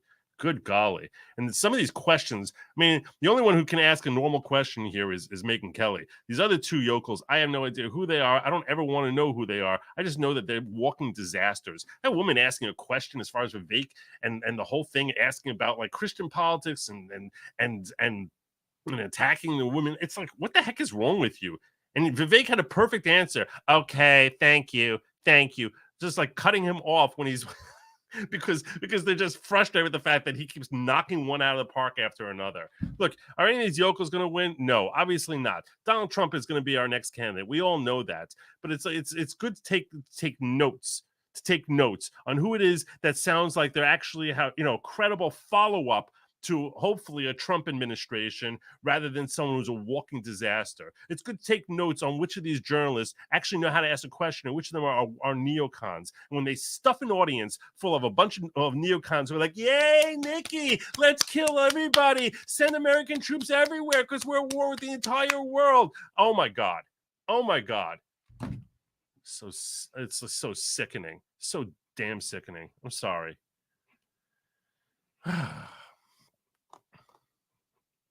I have no idea how he's any different from a Democrat.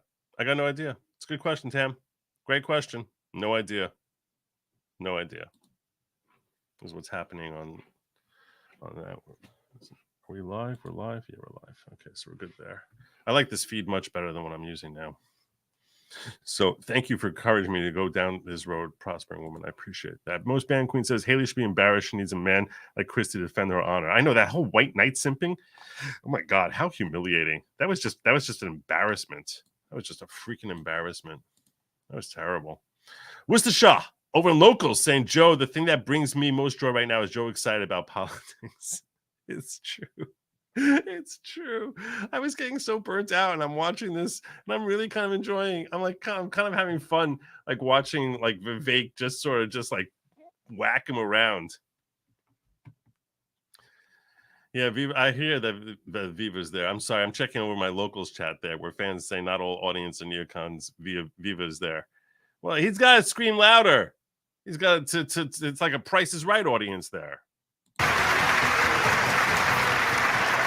Welcome back to the final GOP presidential primary debate of 2023.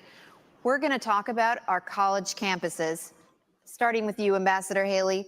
House Republicans yesterday hauled elite university presidents up to Capitol Hill to answer for the displays of anti-Semitism on college campuses.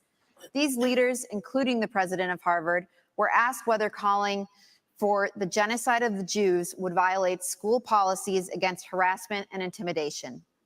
All of them said it would depend on the context, including whether that speech veers into conduct.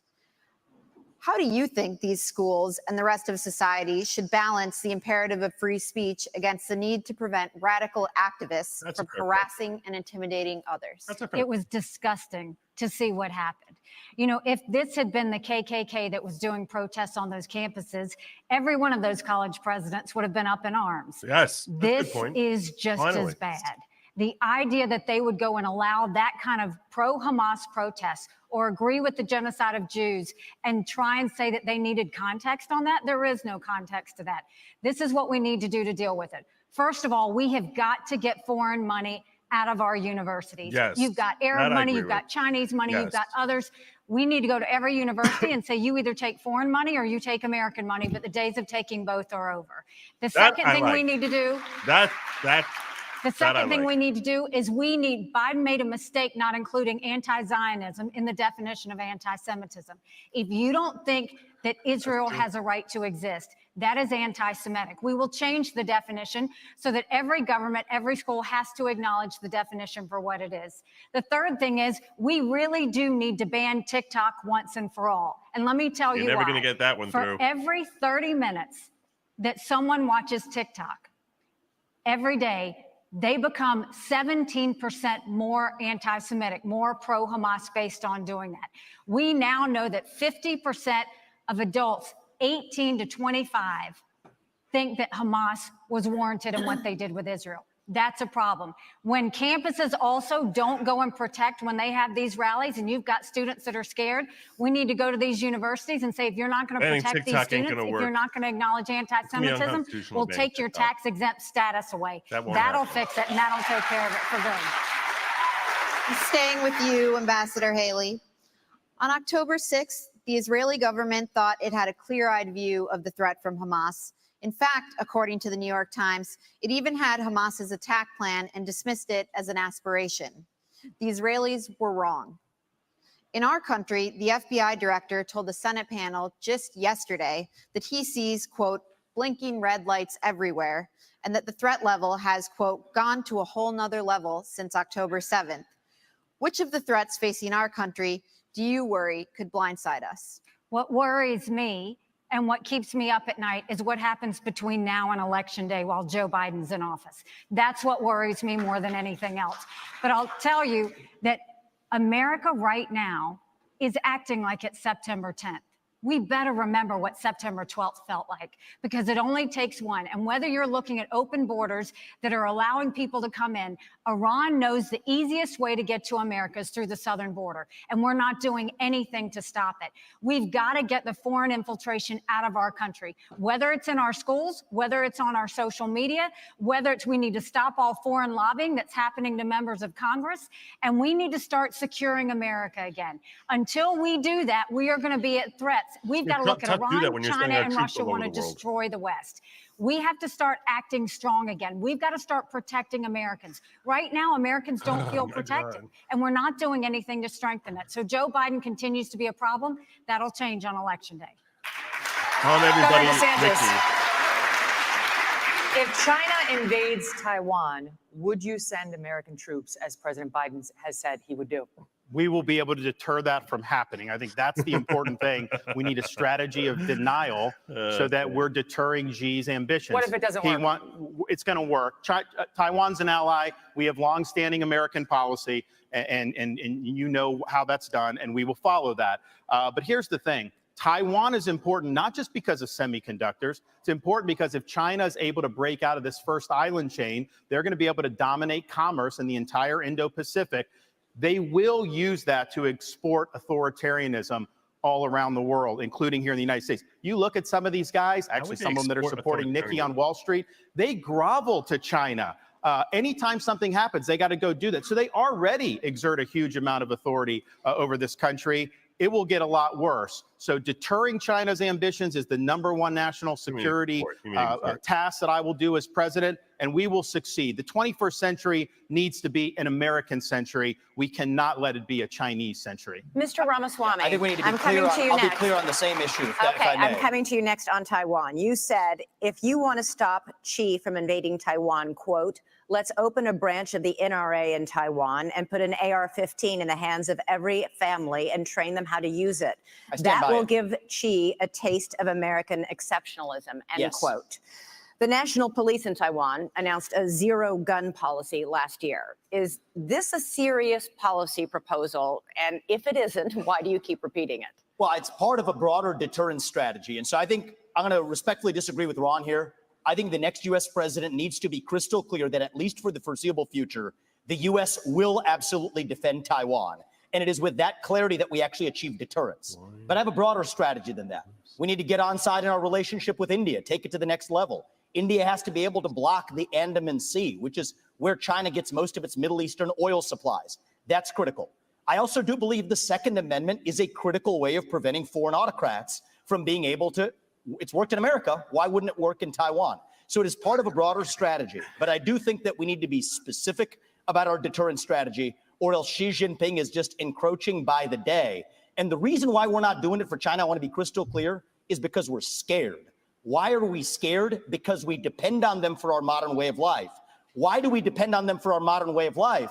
It's because Nikki Haley's latest friends like Larry Fink have created commingled economies with BlackRock telling Exxon and Chevron they can't drill here, while being a shareholder of PetroChina, not applying those same constraints in China. So it is our economic dependence on China that makes us scared. If that were a Russian spy balloon, we'd have shot it down in an instant. If that were a Russian spy base in Cuba, we'd be actually going hard on them instead of turning the other way as we are with China. So it comes back down to that economic dependence. We cannot depend on them for our pharmaceuticals, our semiconductors, and people have been lied to for a long time. Our own military, the F-35 jets that we make in this country, depend on China, and it's going to take an outsider to fix that broken establishment. Thank you, Mr. Ramaswamy. Ambassador Haley, would you like to respond? I mean, when it comes to China and Taiwan, the one way that we keep China from going into Taiwan is, one, make sure that we win in Ukraine, that we protect our friends, but also let China know that they'll be hell to pay. What the hell does that mean? They need to know that there is going to be a force that's going to go against them. And they need to know it's not just going to be the United States. That is why we need to build our partnerships with India, with South Korea, with Japan, with the Philippines, with Australia. We need to start pulling that alliance India is together. going to go into and China. And the first for us, way right? we do that is we need to make sure the that on Philippines are day going on one into we China, look at the right? fact, whatever, if China pulled the rug out from under us tomorrow, would we be ready? Think about what happened during COVID. Everybody told you to wear a mask. They were made in China. Everybody told you to take a COVID test. They were made in China. Everybody went and, I mean, everything that happened, if you go to the drugstore, all those medicines are made in China. We have to make sure that we are not relying on China for anything related to our national security, which means let's start focusing on doing deals with our friends now. Thank you, Ambassador. Governor Christie, I'd like you to weigh in on that. And do you think arming every family in Taiwan with an AR-15 is a plausible policy? You know, I don't think we have constitutional authority over Taiwan to give them a Second Amendment. I think they can only do that for themselves. But look, I want to be really clear. Once again, I want to play the role of actually answering your question, which is if China went after Taiwan, you're absolutely right. I would, as president, have us go militarily and defend them.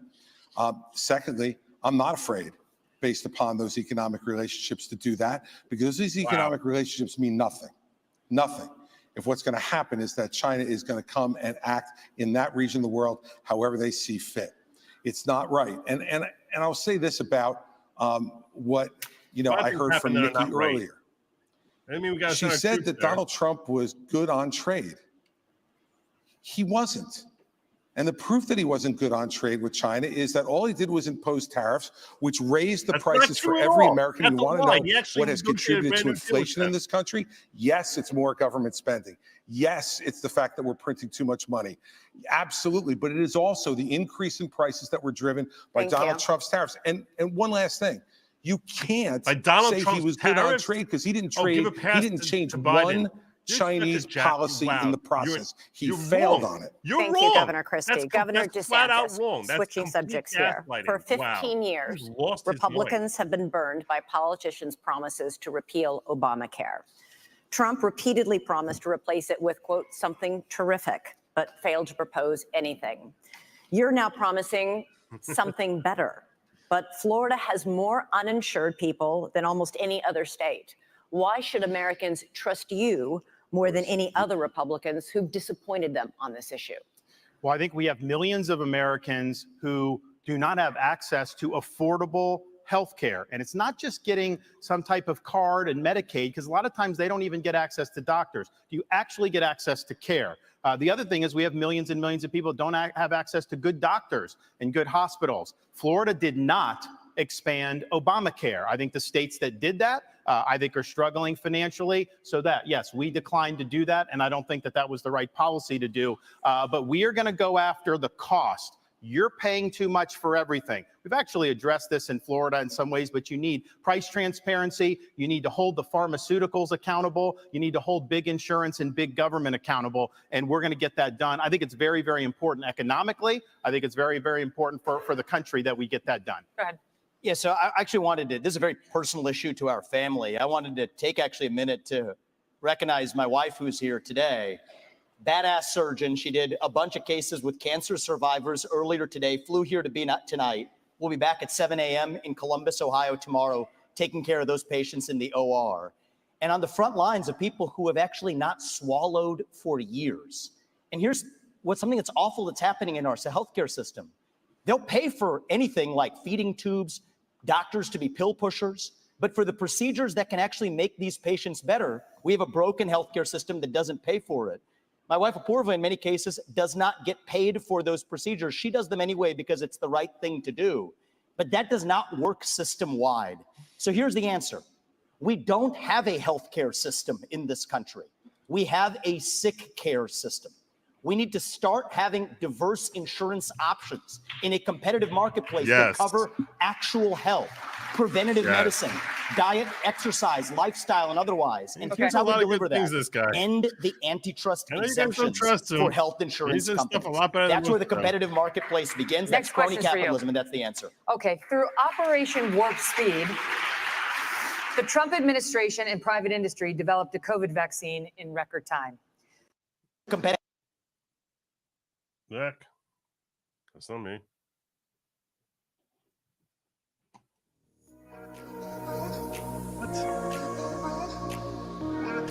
What? I told you it wasn't me. None of you believe me when I said it wasn't me. Y'all like, yeah, it's you for sure, Joe. Oh, gosh.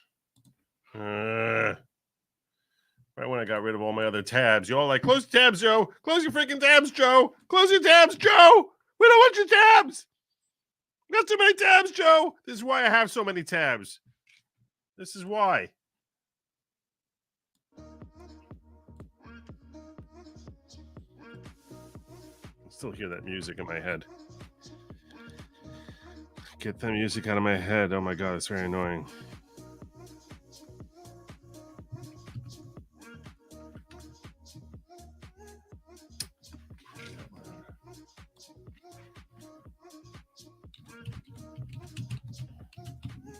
I still hear it in my head.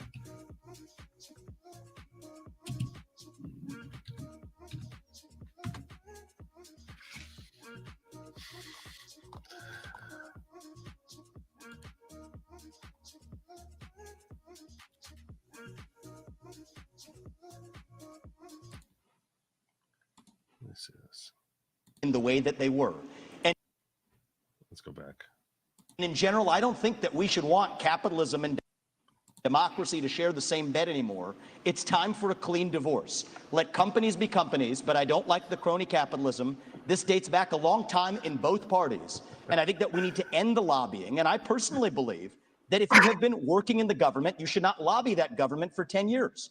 If you have been a government elected official doing deals with companies, be they Boeing or be they pharmaceutical companies, you should not join the board of that company for 10 years after. The former chairman of the FDA, the leader commissioner of the FDA, ended up on the board of Pfizer. Nikki Haley did deals with Boeing, ends up on the board of Boeing. I don't care if it's a Republican or a Democrat. We need some basic principles that end the corruption in government. That's how we got the health insurance exemptions. That's how we got the pharmaceutical product liability exemptions. Thank you. We end the corruption. We need a reckoning for what this government did during COVID-19. That includes the mRNA shots. They put it out. It was experimental. People wanted it. Then the government started trying to mandate it to say you don't have a right to put food on your table if you don't take an mRNA shot that was under emergency use. They tried to take nurses away. Now in Florida, we blocked that. We provided protections for everybody so that they wouldn't lose their job. You also have the FDA approving an mRNA shot for 6-month-old babies. There was no data to support that. They're doing it because big pharma will make money. So I'm going to go in there, CDC, NIH, FDA. We're going to clean house. There's going to be a reckoning because right now nobody's been held accountable for any of the damage. And they're going to try to do it again. When I'm president, this will never happen to our country ever again. Thank you, Governor DeSantis. And we will be right back in just a few moments for our closing statements from our 4 candidates at the Republican primary debate. I need more bookmarks. I need way more bookmarks. All right. I went straight to News Nation itself. That was the way to do it. They don't let me go back, though. That's the problem. They don't let me go back in time, which is very annoying. Very, very annoying. Because I like to go back in time. Yeah. And, this is what I want to say. Julie, I get what you're saying. A lot of people have this attitude when it comes to Vivek. That he feels like a used car salesman. And maybe he is. I don't know. I'm simply saying, at least he's trying to sell me a car that is coming equipped with the features I'm looking for, as opposed to these other ones who are basically trying to sell me on stuff that I know I don't like. So, yeah, I don't know. Maybe he is full of garbage. Maybe he's a big fat liar. Maybe he just understands what to say better than the rest of these folks. Okay. What makes you think he won't follow through? Like, what's your reason to say that he's definitely not going to follow through in what he's promising? At least he's claiming that that's what he intends to do. Look, and I'm not trying to sell any of you on Vivek. Frankly, at this point, I think anyone trying to sell you on anything other than Trump is selling you on a loser. So I'm not going to try and sell you on Vivek. I'm simply saying, I see so much.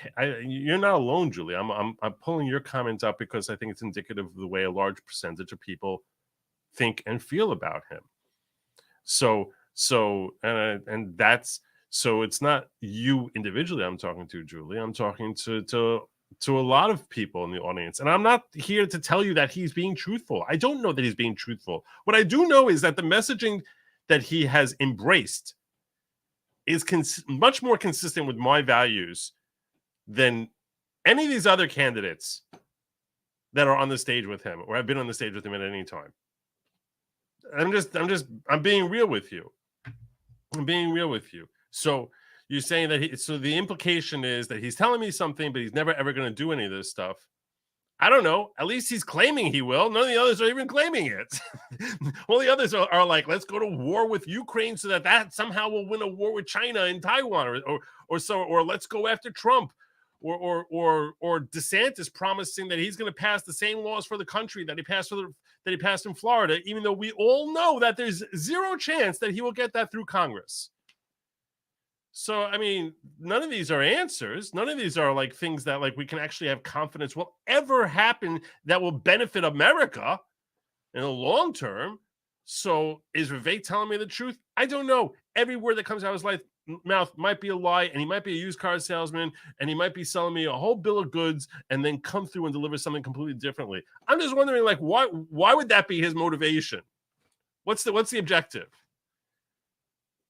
Why would he say, oh, okay, I said I'm going to do all this stuff, but I'm going to do absolutely none of it? Why? Like, so you get to power and then do what? And then be another Chris Christie? Then be another Nikki Haley? Then be another Ron DeSantis? Like, what is he going to become? You think do you think he's going to be, all of a sudden he's going to snap his fingers and it's going to be able to take off the mask and it's going to be AOC under there? I mean, what do you think he's going to do? See what I'm saying? Like, I don't understand that. I don't understand this crazy. I'm not saying crazy. Not the word. I don't see the overwhelming, terrified fear that people have. And again, I'm not trying to talk you out of Trump. Trump's your deal. I get it. I'm there with you. I'm right there with you. I'm thinking not 2024. I'm thinking 2028. I'm thinking 2028. Do I plan on voting for Vivek in the next primary? Oh, there's very, very, very little chance that that's going to happen. There would have to be serious health issues with Trump for me to actually go down that road. Serious health issues. I'm simply saying, you're looking at like who's like, option two. I don't understand how we come to something that's other than Vivek. Most Band Queen says, thanks to TikTok, China now knows I'm the rare conservative single with 42-year-old single white 42-year-old female with a cat that has claws that will gut them like a fish. Whatever shall I do? That's pretty funny. That's pretty funny. I like that. I like that.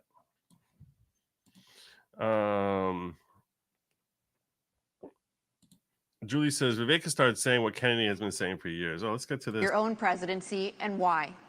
I would draw inspiration from Ronald Reagan.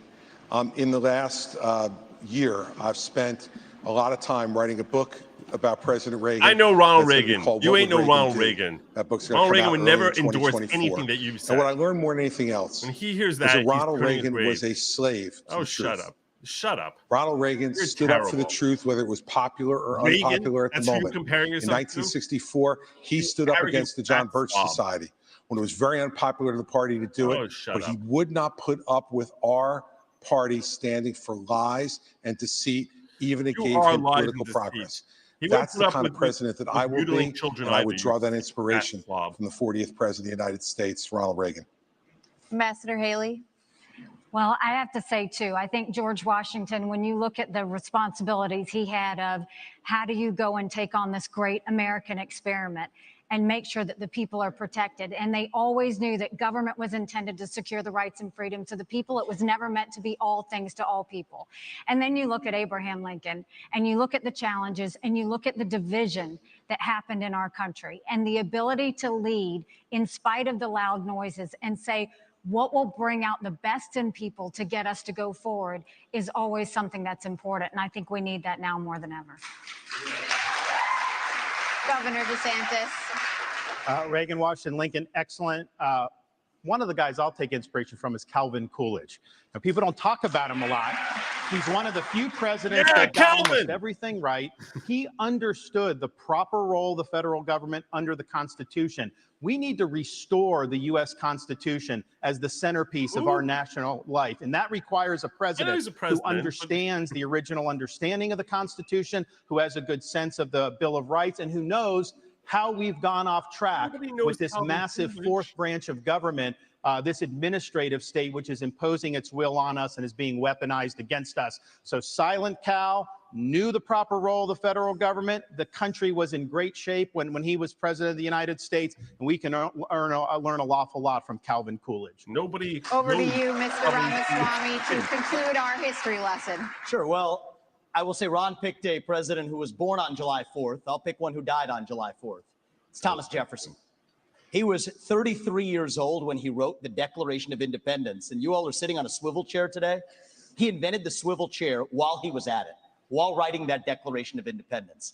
That's that founding spirit that we miss, that we're the pioneers, we're the explorers, the guy who sent him out on the Lewis and Clark expeditions.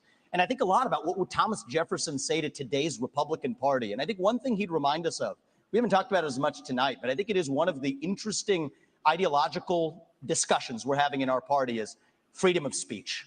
You get to express your mind freely, no matter how heinous the opinion. Thomas Jefferson understood that. All right, He's an inspiration for me. Thank you, Mr. Ramaswamy. And believe it or not, it's time for closing statements. Governor Christie, would you like to begin? Sure, thank you. I want you all to kind of picture in your minds Election Day. You'll all be heading to the polls to vote. And that's something that Donald Trump will not be able to do because he will be convicted of felonies before then, and his right to vote will be taken away. Loser. You know, here's the bottom line. You can boo about it all you like and continue to deny reality. But if we deny reality as a party, we're going to have 4 more years of Joe Biden. You're ushering in. When my colleagues here raised their hands and said they would support him, even if he was a convicted felon, the bigger problem with it is they were confirming the lies he's told to the American people. If you're too timid to take on Trump, believe me, others will see that timidity. Xi, Putin, and the Ayatollah, the border crossers on the southern border, and the criminals in our streets. They'll sense that timidity, and they'll take advantage of that failure of leadership. We need to get back to an old American idea that every person is responsible for their own conduct, even a president. I'll be the kind of president who has the humility that knows that you work for the people. You're a loser. It's not the other way around. Oh, yeah. The humility is I will earn your trust. I want to earn your vote. Thank you, Governor Christie. Mr. Ramaswamy? Loser. I'll use this to just address a topic we didn't talk about tonight, but I think is one of the most important topics that needs to be discussed. That is this climate change agenda that is shackling this country like a set of handcuffs. I said at the first debate, and I stand by it. The climate change agenda is a hoax because it has nothing to do with the climate. That's what we have to see. 98% reduction in the climate disaster-related deaths in the last century. 8 times as many people are going to die of cold temperatures this year than warm ones. Yet against that backdrop, there's an issue coming up in Iowa. It's core to Iowa farmers. I met Kim Junker, Kathy Stockdale, and other farmers who are about to have a carbon capture pipeline built across their land using eminent domain to do it. That's unconstitutional and it's wrong. And if you thought COVID was bad, what's coming with this climate agenda is far worse. We should not be bending the knee to this new religion. That is what it is. It is a substitute for a modern religion. We are flogging ourselves and losing our modern way of life, bowing to this new god of climate, and that will end on my watch. It's the most critical issue that's coming up. Thank you. Thank you very much. Our country is in chaos. We see it on the southern border. We see it on our streets and our cities. We see it on college campuses. We feel it with our economy, with inflation and with debt. And we feel it around the world with wars in Europe and within the Middle East. We have to stop the chaos, but you can't defeat Democrat chaos with Republican chaos. And that's what Donald Trump gives us. My approach is different. Oh, very different. No drama. Kill everyone. No vendettas. Kill everyone. No whining.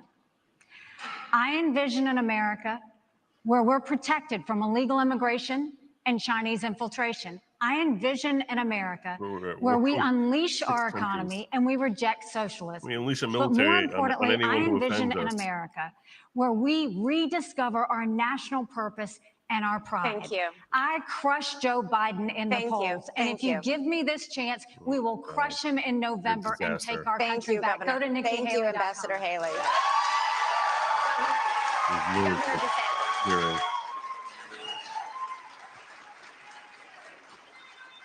We are in jeopardy of being the first generation of Americans to leave to our kids and grandkids an America less prosperous and less free than the one we inherited. I refuse to sit idly by and let that happen. But we got to have people that are going to be willing to fight the people that are doing this to us. You can't be these establishment Republicans that just cave at the first sign of opposition. I'll fight for you. We also need to win again as a party. Yes, win the election, which we've struggled to do, but also win on these big issues. And nobody has defeated these people more than what I have done in the state of Florida on issue after issue. We have won, and we have won big, and that's what we'll do for you. We also need leadership. Leadership is not about doing what's easy. It's about being willing to set out that vision, knowing they're going to shoot arrows at you. They're going to come at you. I will fight the good fight. I will keep the faith, and I will finish the race. Thank you, and God bless you. Thank you, all of you. Thanks to all of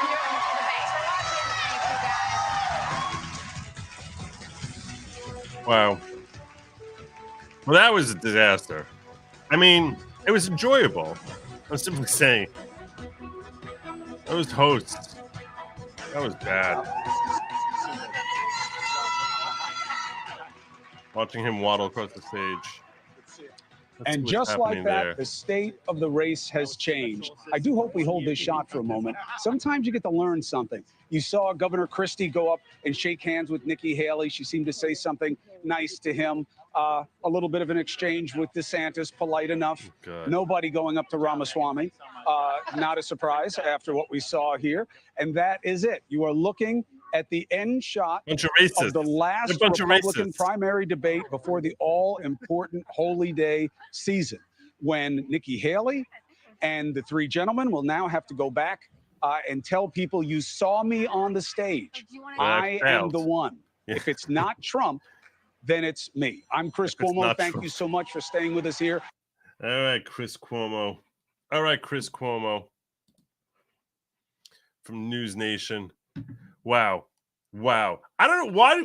Someone walk me through. Why do we need an audience? Why can't we just have the moderators and them? Because the audience, it feels like it's like we're going to stock the audience. They're not reacting. They're not responding to like how powerful anyone is. It's clearly they walk in there with a certain level of partisanship and they just want to cheer for their hero. And I don't understand how that enhances rather than detracts from the overall debate. I don't get it. I don't understand it. Maybe someone can walk me through it and explain to me why it is I need to be told like some sheep when I'm supposed to clap and cheer as opposed to knowing, as opposed to being able to watch it. Like I need to hear like 4,000 people whooping and hey! Like why? It's like some 1980s sitcom where I need to have the canned laughter behind me. It's terrible. It's terrible. It's such outdated thinking. I'd much rather have the moderators in there. And can we have moderators who actually can ask a normal question? I thought that Megyn Kelly was fine. I had no problem with her. The other two the other two yokels on her sides, oh my God, they were just annoying. Some really weak questions out there. So that's the debate. I think Nikki actually had her worst debate today. Chris Christie, I like that he's ending his political career to booze. That was nice. That was really, really nice. I think Ron did pretty well. He actually had moments where he seemed like, there was that he wasn't made out of plastic. A moment here or there. But he continually looks to me like he's trying so hard to sound strong and tough.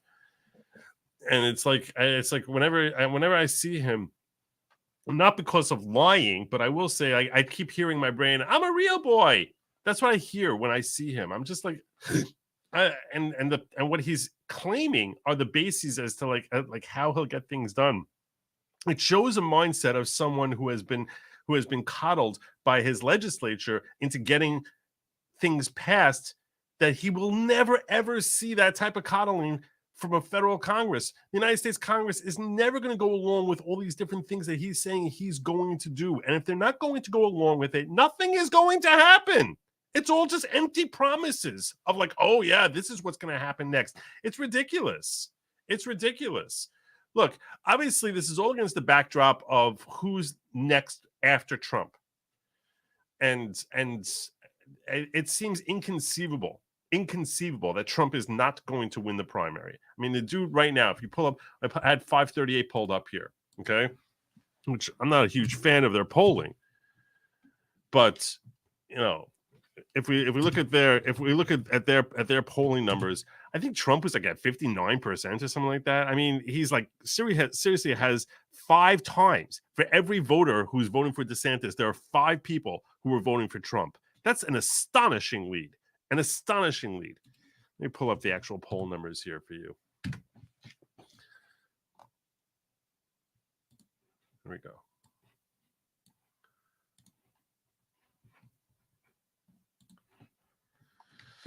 Latest polls. Who's ahead in the Republican primary? I mean, look at this. The purple is Trump there.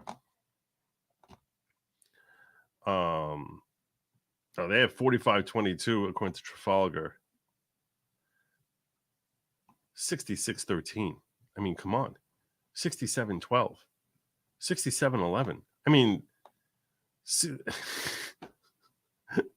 it's 61-10. 75-25. I mean, this is like what are they even doing? Like, what are they even doing? So yeah, I don't think that any of these people have any shot at all. I mean, he would literally have to start like, I don't know, like he would have to have serious health issues and or like literally start singing some Adolf Youth type of song or something like that. Start singing Edelweiss and say, I think our new national anthem should be Edelweiss. That's the only way that Trump loses this primary. Eden's Vision says, good evening, Mrs. Good Lawgic. Hey, Joe, treat Our Lady with extra love. She shares you with us often. Emoji, emoji, emoji, plus emoji, emoji, emoji, plus emoji, emoji, 4-2, 4, emoji, and emoji. I'm on it. I am on it. Thank you. Yes, this I had pulled up earlier. So Julie says, Vivek has started saying what Kenny has been saying for years. Healthy foods, the CO2 in Iowa, and eminent domain. RFK Jr. talked about Iowa State Fair when Vivek was playing footsie with governor there. I'll tell you this, Julie. I'm going to tell you. I can understand someone, even a conservative saying that they kind of like RFK. I get it. Most people who are hardcore conservatives are not crazy about his gun policies, his stance on America from the Second Amendment. Maybe that's wavered. I don't know. Whenever I hear his wife Cheryl talk, I cringe and I'm just like, oh my God, she's crazy. But I like a lot of the things that RFK says, a lot of the things that he says. So if you tell me that you had your ranking over there as you said, I don't dislike Vivek, by the way, I like RFK, Trump, and Vivek in that order. Okay, I get that. I get it. I can see someone coming to that conclusion. Lost in Loss says Vivek reason he does not pin his stance on moral principles. Oh, this is why people don't like Vivek. He takes the easy target, refuses to go even one step further. Example, crypto talk. These chats are too short. Wish you could expand. Okay. We can all agree, Chris and Faye. You're very welcome, Jenny. You're very, very welcome. You're going to slide into my DMs with a question? Is that what's happening? You're sliding into my DMs with a question? Let's go. Sliding into my DMs with a question.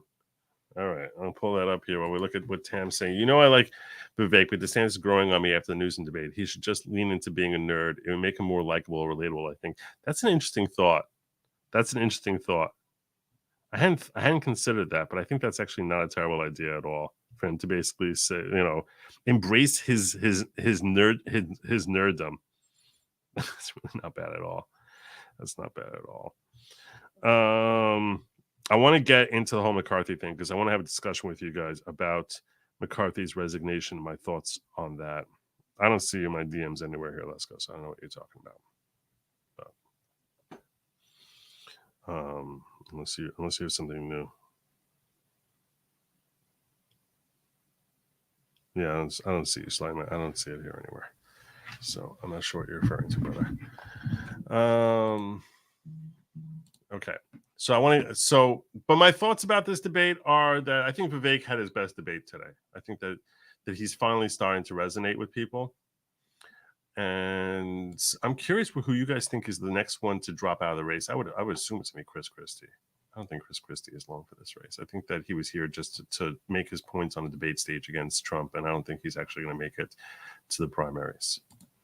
That's my thoughts. I don't see him making it to the primaries.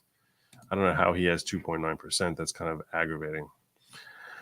Which just says, I'm so angry with Christie and more so Haley. My blood pressure is sky high, and this is entertainment for my pleasure. I'm sorry, Wistersha. I'm sorry. I don't know what to tell you. Your blood pressure come down when you realize that none of these folks are ever going to have any kind of job, and they're never going to have any say in foreign policy. Thank God. Oh my God. Thank God. Can you imagine how terrible that would be? Disaster. Just an utter disaster. All right. So I want to talk about McCarthy's claim that he's going to resign at the end of this term. So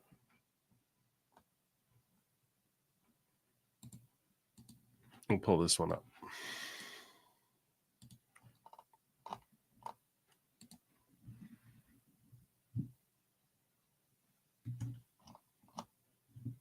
Oh, stop it. Who's this from?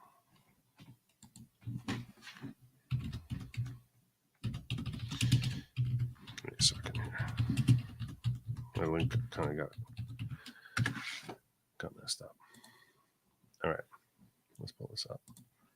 Kevin McCarthy. Resignation sparks fears of Republicans dying. Fears of them dying.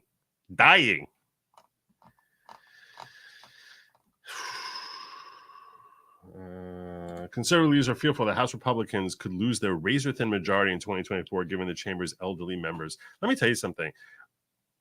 I don't know if this is actually true or this is just Newsweek's classic leftist spin on things. If you are losing seats, if the Republican Party, with this disastrous manner of this country being run, if there's any sort of legitimate fear that the Republicans are going to lose party, that is the saddest statement in the world. There is no way you should be losing seats. No way. The fears spread on Wednesday after Kevin McCarthy, a California Republican and former House Speaker, announced his plans to resign from Congress at the end of the year. Announcement culminated a tumultuous year that saw McCarthy struggle to gain the support of his Republican colleagues in January and then promptly lose his speakership 9 months later. I'm going to pause here. I just want you to just think about this for a second. I mean, really, really think about this, okay?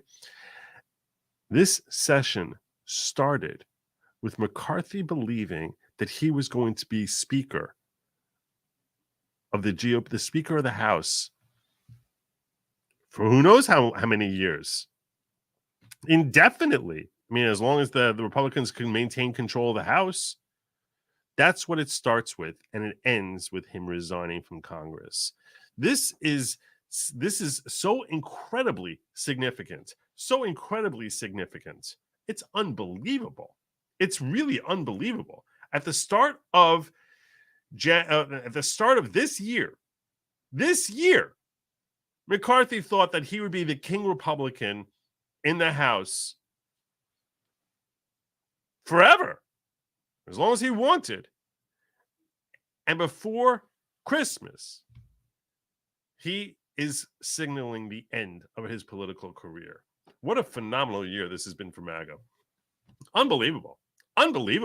It's really, really unbelievable because he's a snake. He is a total dog snake. This guy, like, he operates behind the scenes, and we saw what he did with the when he was being replaced, and how he did all this lip service about, like, oh yeah, I'm going to support you, while having other friends of his skunk any chances that Jim Jordan have of winning the speakership, and skunk one person after another so that they would have to come back to him. And he's so two-faced and so gross and disgusting in the way that he actually says, he speaks. His tongue is so forked that he could seriously lick his nose and his toes at the same time while doing jumping jacks. It is disturbing how sick this individual is, and the fact that the Republican Party is getting free of this cancer metastasizing throughout our party is an amazing development. An amazing development. A handful of Republicans joined all House Democrats to oust McCarthy from the speakership in October after claiming they failed to deliver on a number of conservative policies while in power. McCarthy's announcement comes only days after the House voted to expel Republican George Santos last Friday, and with Republican U.S. Representative Bill Johnson's upcoming retirement, the party's majority is growing weaker. Now, I don't care. I don't care about that. That's fine. As long as they maintain the majority, that's fine. The now majority has already posed a problem for House Republicans who played with infighting for months. No, it hasn't posed a problem. It's actually helped us. It's helped us fix it. It's been great. It's been amazing. Now Republicans are fretting over losing more members, particularly given the advanced age of some lawmakers in Congress. Getting rid of Ken Buck also. Another fine retiree. Adios, Kenny. Commentator Laura Loomis saw McCarthy's exit is beneficial for former President Donald Trump's Make America Great campaign, but she accused McCarthy of leaving on purpose to further diminish Republican majority and pointed out the House's old members. With Santos out, McCarthy and Bill Johnson retiring, the GOP are at serious risk of losing the majority. Loomer posted on X, formerly Twitter, on Wednesday. That's what they want. When you think about how many of them are old and could pass away at any moment, the GOP could very well lose the majority sooner or later. They did this on purpose to hurt Trump. I don't know what that means, Laura. She barks a lot. She barks a lot.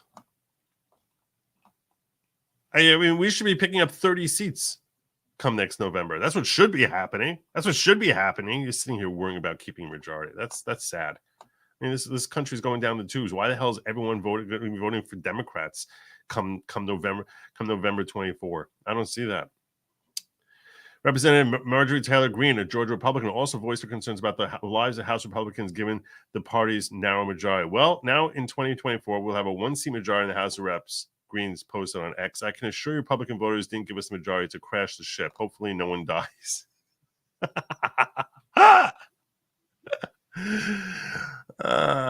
Maybe they should bring back Santos. What do you think? Maybe you shouldn't be throwing out members of the Republican Party when you have like a four-person lead. In 2024, each one of the 435 seats in the House of Representatives will be up for election, given the two terms. Thank you for enlightening your moronic audience that doesn't realize that they come up for election every 2 years. In 22, Republicans gained a 222-213 majority with Democrats. Although the outcome of the midterm elections was not the red wave that many Republicans predicted, the GOP lawmakers hope to flip the Senate in 24 while maintaining control of the House, giving them the majority in both congressional chambers. 33 of the U.S. Senate's 100 seats are up for election in 24, 10 of which are held by Republicans, 3 by independents who caucus with Democrats and caucus with Democrats, and 20 seats are held by Democrats. There's also a special election to fill Republican Ben Sass's seat. U.S. senators serve 66. It's like, thank you. Like, they assume that their audience is so stupid that they have to explain to you, no, so in the Senate they serve for 6 years, that we need to enlighten you because we assume that you're too stupid to actually know how long a senator serves. God. That's who they're tailoring. That's who they tailor their information to. I guess most people with the brain don't bother actually. They see Newsweek and they're like, oh, okay, I don't need to read a Teen Vogue or Newsweek. Maybe Newsweek can give me beauty tips. That's going to come next. I'm going to get beauty tips from beauty tips from Newsweek. That's what I need. I need beauty tips from Newsweek. I can only watch these debates with you. I couldn't stomach them otherwise. Thank you for covering. You're very welcome, Chicago Jan. Very, very welcome, Chicago Jan. I appreciate you guys watching with me. Those emojis mean nice dinner out, shopping for a fancy date in the best clothes, trip for two, somewhere relaxing to capture the first love romance.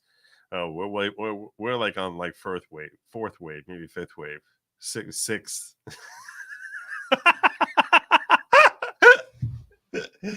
We're in 14th wave romance right there. There you go. What's a dog snake? I didn't call him a dog snake. Did I call him a dog snake? It's possible. When I'm thinking about McCarthy, I kind of lose it a little bit there. Okay, so the next story I wanted to cover with you guys here, which I think is important, and I haven't pulled this up yet. I just saw the headline. It was shared with me on Locals, which is at goodlogic.locals.com, and I think this is an important story because this should be terrifying all of us. This is how our government hates us. Silence all the dissenters. Silence them. And we're seeing this come out of Nevada. GOP fake electors indicted for falsely claiming Trump won the state's 2020 election. 6 Republicans are accused of falsifying records and each face 2 felony charges. This is the same thing we saw coming out of Michigan, right? I think it was Michigan. I'm pretty sure that it was Dana Nessel over in Michigan, a crazy attorney general, no less sick than Christie, who's a freaking lunatic. But at least Dana Nessel has the excuse of being a Democrat. What's Chris Christie's excuse? I don't know. Maybe he needs more Snickers. Like he only had a bucket full of Snickers today. He's still feeling hangry. A Nevada grand jury has indicted 6 Republicans, including the chair of the Nevada Republican Party, who falsely pledged Nevada's electoral votes for Donald Trump following the 2020 election, despite President Joe Biden's victory in the state. Purported victory. Alleged victory. I don't know why they left this out. His purported victory in the state. AG Aaron Ford, a Democrat. Surprise. I wouldn't have thought it would be a Democrat. It could. The truth is, sadly, these days it could be someone who identifies as a Republican. Announced the indictments Wednesday because it's so timely. He just jumped right in there on it. He just learned about these 6 electors who signed off on that. He had to. Why is all this stuff happening now? Why did it take 3 years for all these crimes to come to light?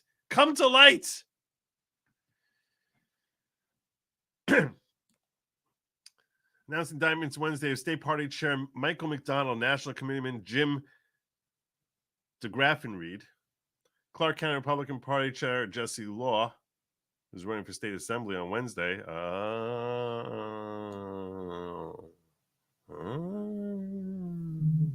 He's running for state assembly. I see what's happening. I see. State Party Vice Chair Jim Hindle III and Sean Meehan and Eileen Rice. In press release, the AG's office said all 6 individuals have been indicted on 2 felony charges, offering false instrument for filing. I'm trying to pull that up. And uttering something evil in a false god. Sorry. What does uttering a forged instrument mean? I know what forged instrument means. Uttering? I've never even heard of uttering used in that context. Is that really what they call it? Wow, look at that. That's what Nevada calls it.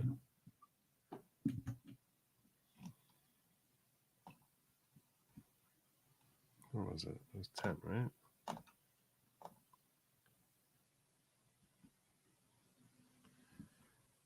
Making, uttering, or possessing intent to utter a fictitious bill. Uttering a forged document. Every person, so they define uttering here? They define uttering? Is that part of your definitions? That you define? They don't define uttering. All right. What do you got? Every person who knowing the same to be forged. Let me make this bigger for y'all. Gosh, when I make it bigger, everything disappears. Every person who knowing the same to be forged or altered and with intent to defraud shall utter, offer, dispose of or put off as true, or have his or her possession with the intent so to utter, offer, dispose of, or put off any forged writing, instrument, or other thing, the false making, forging of, altering, which is punishable as forgery, shall be guilty of forgery, the same as if the person had forged the same. You need the intent to defraud. You see, this is the whole thing. This is what we saw with Dana Nessel. This is what's so aggravating. The whole intent to defraud. Intent to defraud, in the concept of defrauding, is somebody there is a dupe, a victim, someone who is ignorant, that does not have the same knowledge of facts that you have. That is what is necessary in order to have fraud ever. Fraud has to be, I'm attempting to trick someone for my own purposes or benefits. And this is what's so aggravating about these empty, stupid charges, is that it's not like these 6 electors from Nevada were like tricking anyone. Everyone knew that they were doing it in order to sort of log their votes in case things would work out later.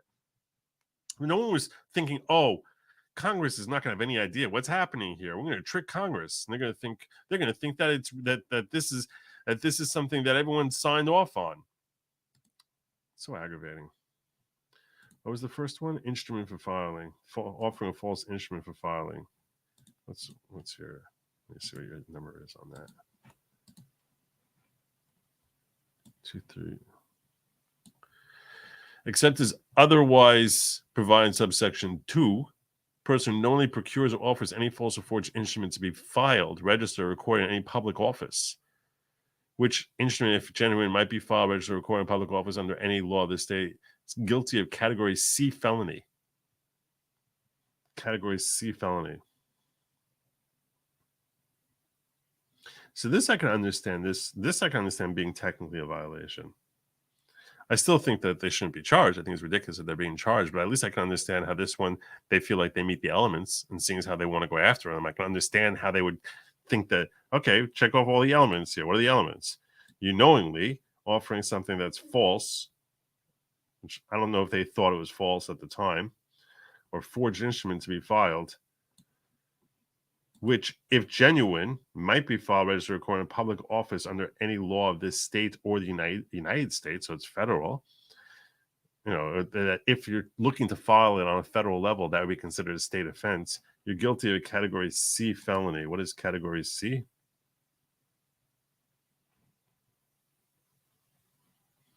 Category C felony is felony which they want to give you 1 to 5 years. This is so evil. This is so evil. This is, let's silence all dissenters. Silence them! Silence them! So those are the 2 charges there. What was the first? What was the punishment for the first one here? Guilty of the forgery as if you forged same. Not really clear exactly which level of felony this would be.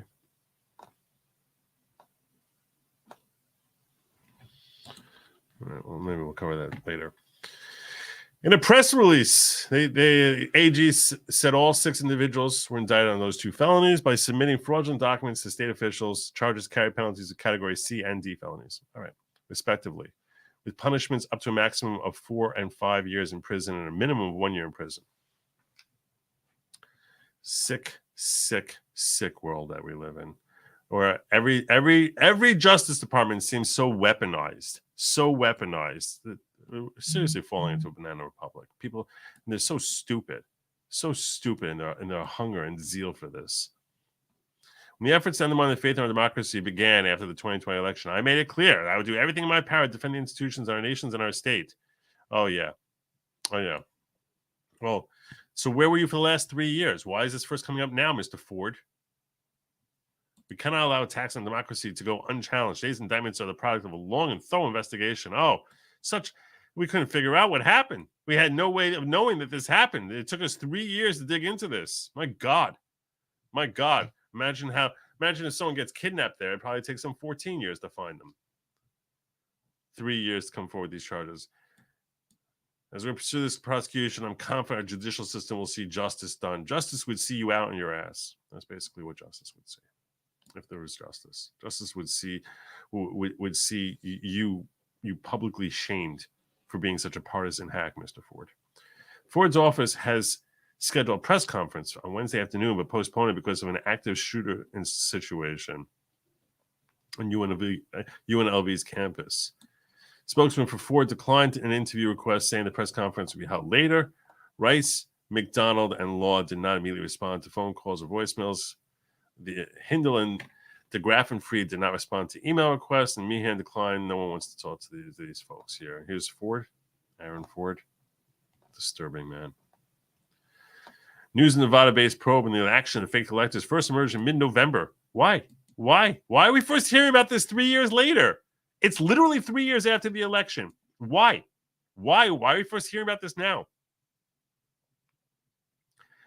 And it escalated after reports that a former attorney for Trump had agreed to meet with officials conducting the investigation. Oh, I wonder who the former attorney for Trump is. Who's that? Who's that?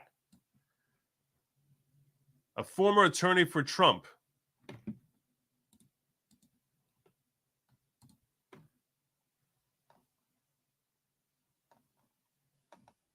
You got a name? That was kind of cheese, bro.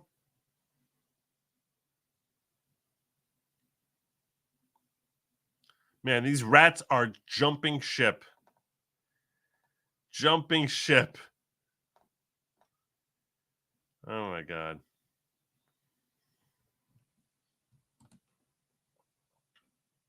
Under Nevada law, a charge for filing false documents must come within 3 years of the offense. Meaning the charges brought under that law need to be filed by December 14th.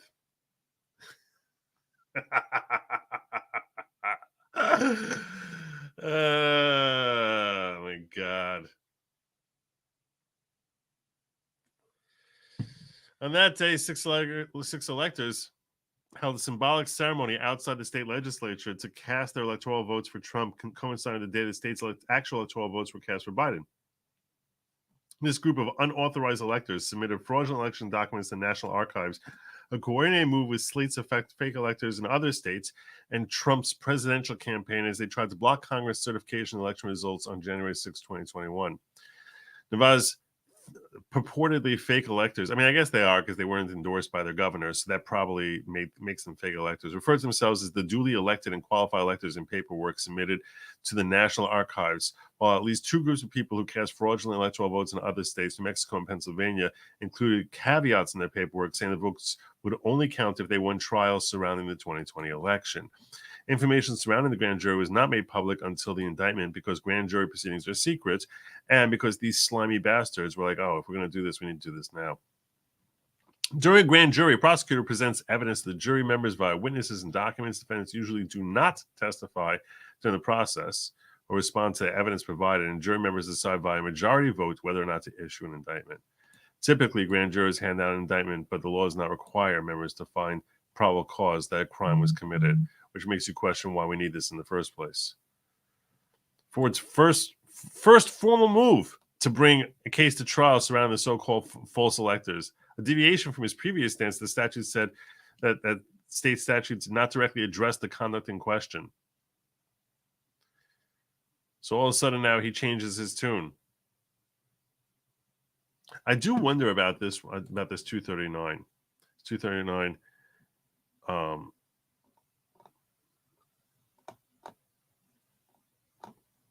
It does seem I can understand how it meets the technical definitions. Oops, come out there. Let's go to you. The bill passed out of legislature but was vetoed by Governor Joe Lombardo, who wrote in his veto message. Oh wait, what was this? In 2023 legislative session, Ford urged state lawmakers to support SB 133, a bill that would establish a felony crime penalties for anyone who participates in creating false slated presidential electors, serving in a false slate. Which this too is disturbing. Bill passed out of legislation but was vetoed by Governor Joe Lombardo, who wrote in his veto message that he agreed with the bill's efforts to secure elections but objected to the severity of the punishment. So let's think this through for a second. Let's think this through. So they want to punish slates of electors. So what are you supposed to do if this is all part of bending the knee to the state? Like anyone who objects to what the state, you have to go along with whatever the state's saying, and just bend your knee to those who are in control. That's obviously a sign of a healthy a healthy republic right there.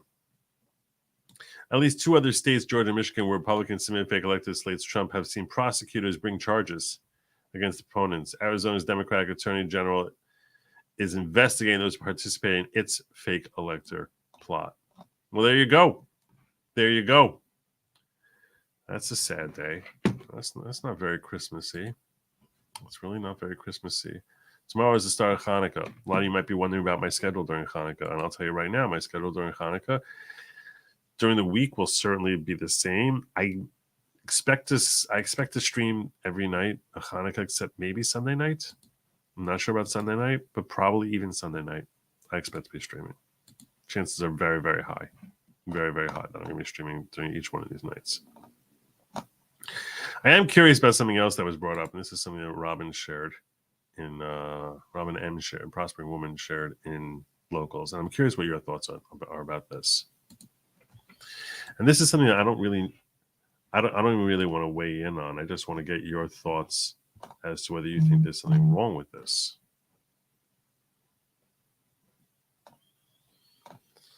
So apparently, Liz Cheney released a book wherein she's referring to President Trump and his supporters. She's trying to demean his supporters by calling him Orange Jesus. Orange Jesus. So, I'm very curious about your thoughts about this.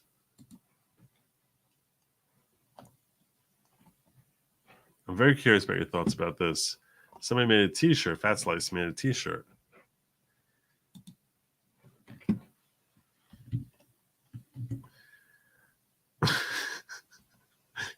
Which has Orange Jesus 2024.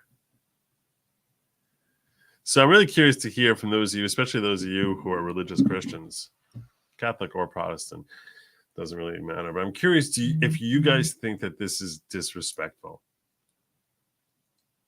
Do you think that there's something wrong with this? With having an Orange Jesus 2024 shirt? Do you think that that's disrespectful? I'm actually really curious. I'm going to make a poll. I want a poll. And this is a way of basically smacking back at Liz Cheney. And if you want, I'll actually include a link to it. Those of you who are interested in. But do you think that Orange Jesus, there's something wrong with Orange Jesus? I don't know. Allison's saying yes. It's disrespectful, but it's a free country. Funny and disrespectful. It's blasphemy. False idolatry. A lot of you are saying yes. A lot of you are saying yes. Let me see what you're saying in Rumble.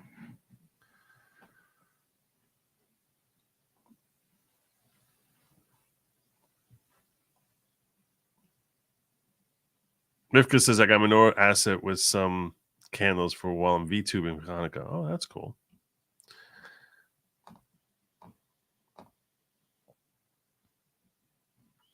I see a lot of you saying blasphemy and yes. That's what I thought.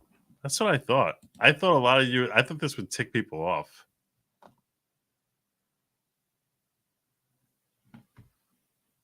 I thought this would tick people off.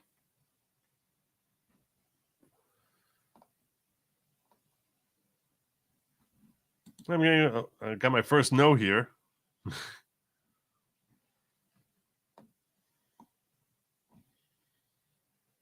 Janelle's saying not in the least.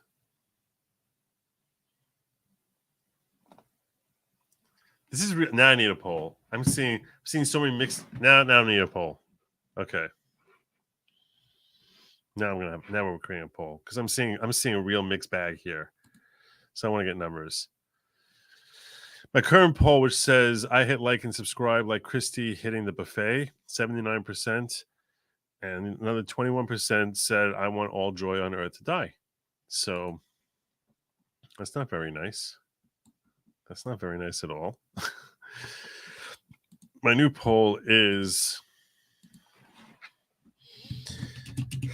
a t-shirt referring to Trump as orange Jesus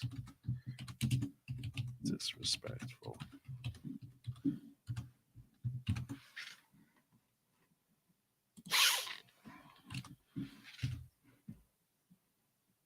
Just have a simple yes, no. I'm very curious what you guys think on that one. Really curious. Let me see what else I had going on here in locals.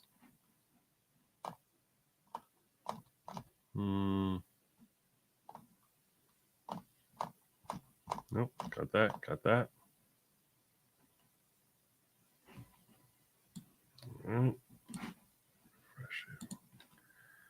Fresh you.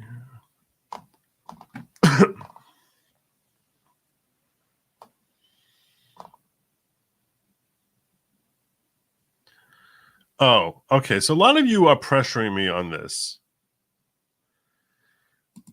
A bunch of folks were asking me about covering this. So we change gears here. It is an interesting case that I want to throw at you guys here. Let me see how the early results are. All right, slight majority of you saying yes on the poll, but not as strong a majority as I thought it would be. Okay, so here's my question. Here's a case that's starting up. I don't know if it's starting today or it's starting tomorrow, because says tomorrow, but it's dated December 5th, and today's the 6th. But here's a case that's starting up right now. So I read most of this thread, but not all of it, on Twitter, because someone tagged me asking me to cover this case. So what was tweeted out, and this is an interesting Fourth Amendment rights case that I saw, and Andrea broke weighed in on. And it's basically about the stripping away, the steady erosion of our Fourth Amendment rights. Tomorrow, I'm flying to Los Angeles for oral argument on what may be the most important Fourth Amendment case pending in the United States today. The basic facts: the FBI broke open and searched hundreds of safe deposit boxes without any reason to think the box holders did anything wrong. U.S. Private Vaults, a business in Beverly Hills, offered a private and secure place where people could store their most valued, sensitive possessions. In March 21, FBI raids USPV, broke every single box in the vault, and looked through all the contents. FBI ran all cash in the vault by drug dogs. Yeah, I know, which they had this. That's kind of crazy. Opened the envelopes and photographed the contents, and ultimately sent everything worth over $5,000 to asset forfeiture, initiating proceedings to keep that property forever. That's crazy. That's crazy. Imagine you have a safe deposit box. FBI just comes and says, "Oh, we're taking that. We're taking that." That sounds crazy. FBI did all that pursuant to a warrant, but critically, the warrant specifically said that it did not authorize a criminal search or seizure of the safety deposit boxes. That was an important limitation. FBI had reason to think that USPV, the business, had violated the law, but the FBI had no basis for any individualized probable cause as to any box holders. So they think that the company that's holding it broke the law. So now they're going into these safe deposit boxes and taking that of people who are unrelated to the company that's holding it. And here's the attachment, which says that the items to be seized are business computers, money counters, nests of safety deposit boxes and keys, but does not authorize criminal search or seizure of the contents of the safety deposit boxes. FBI said, "We don't care. We don't care. We got it. We're opening them." The FBI, though, had what must have seemed like an evil genius plan. Warrant allowed the FBI to seize nest of safe deposit boxes, metal shell, which is the metal shell in which all the boxes are housed. And then, once they took the nest, the FBI decided they would have to inventory all the contents. We got to know what we got here. We have to know what we got here. The inventory doctrine is a Fourth Amendment doctrine that allows for routine administrative searches or of arrestees or impounded automobiles. It's never in the history of the country been applied to a sweeping search of hundreds of safe deposit boxes, but no doubt FBI figured this is the first time for everything. Only problem is the search the FBI conducted was not an inventory. An inventory is supposed to safeguard property against claims of theft and loss, but here the FBI was already planning to keep everything in the boxes. You're planning on keeping it, then using civil forfeiture. The FBI concocted its forfeiture plans months before the seizure, but it did not mention them anywhere in the warrant affidavit. So they basically said, oh, this is how we're going to take these safe deposit boxes. And they didn't mention that in the warrant. They're just like, oh, we need to get in there. We need to take that nest of boxes. Search also included features that had nothing to do with generating an inventory. They ran all cash over $5,000 by drug dogs. On what basis? I don't know. $5,000 because the FBI decided anything below that amount was not worth their time trying to forfeit. FBI opened envelopes and photographed sensitive personal documents found inside. Directed all the agents during the search to make observations designed to link property to drug trafficking. None of that had anything to do with preparing an inventory. This is crazy.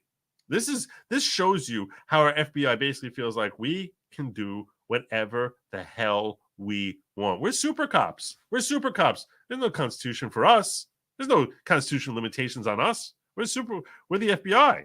That's meant for the regular cops, not for us. All in all, the FBI sought to forfeit over $100 million in cash seized from the vault, plus untold millions more in gold, silver, and other valuable property. Unbelievable. Audacity.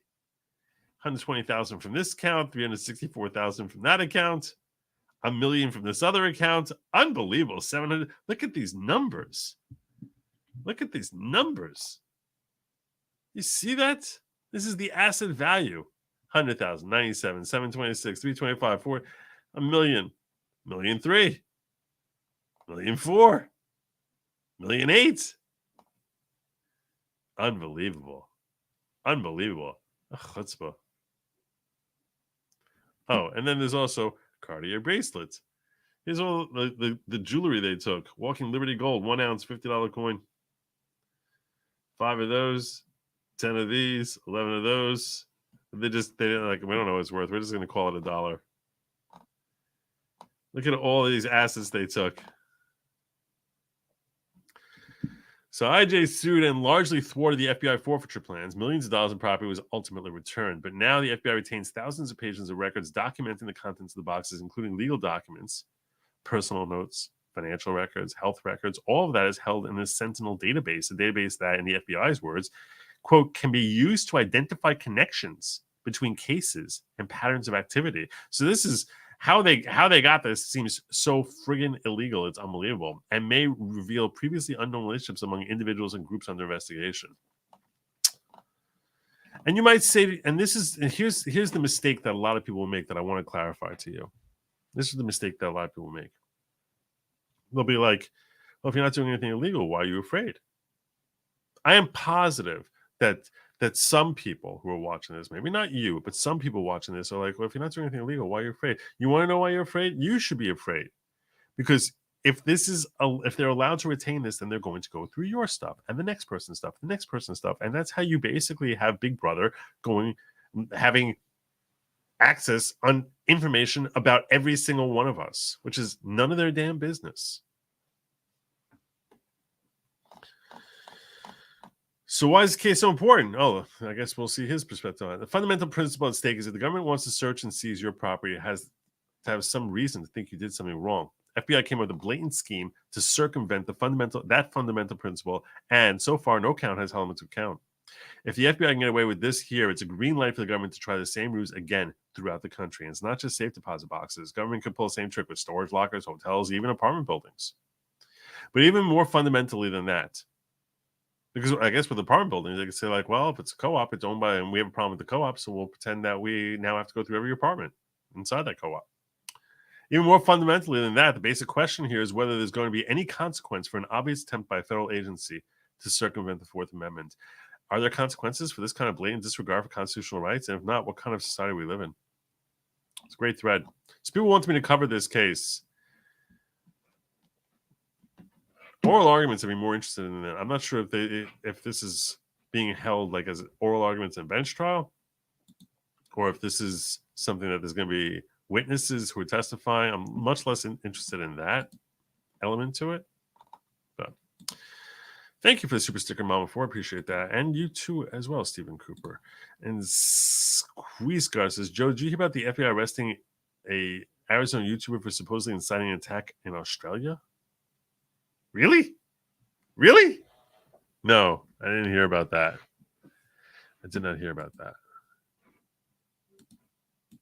Really?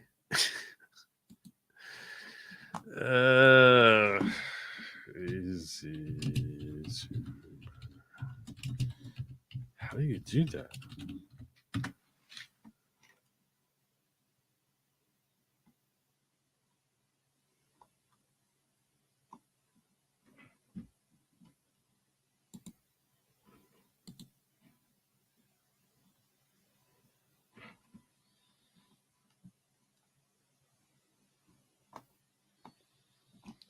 All right, this is interesting.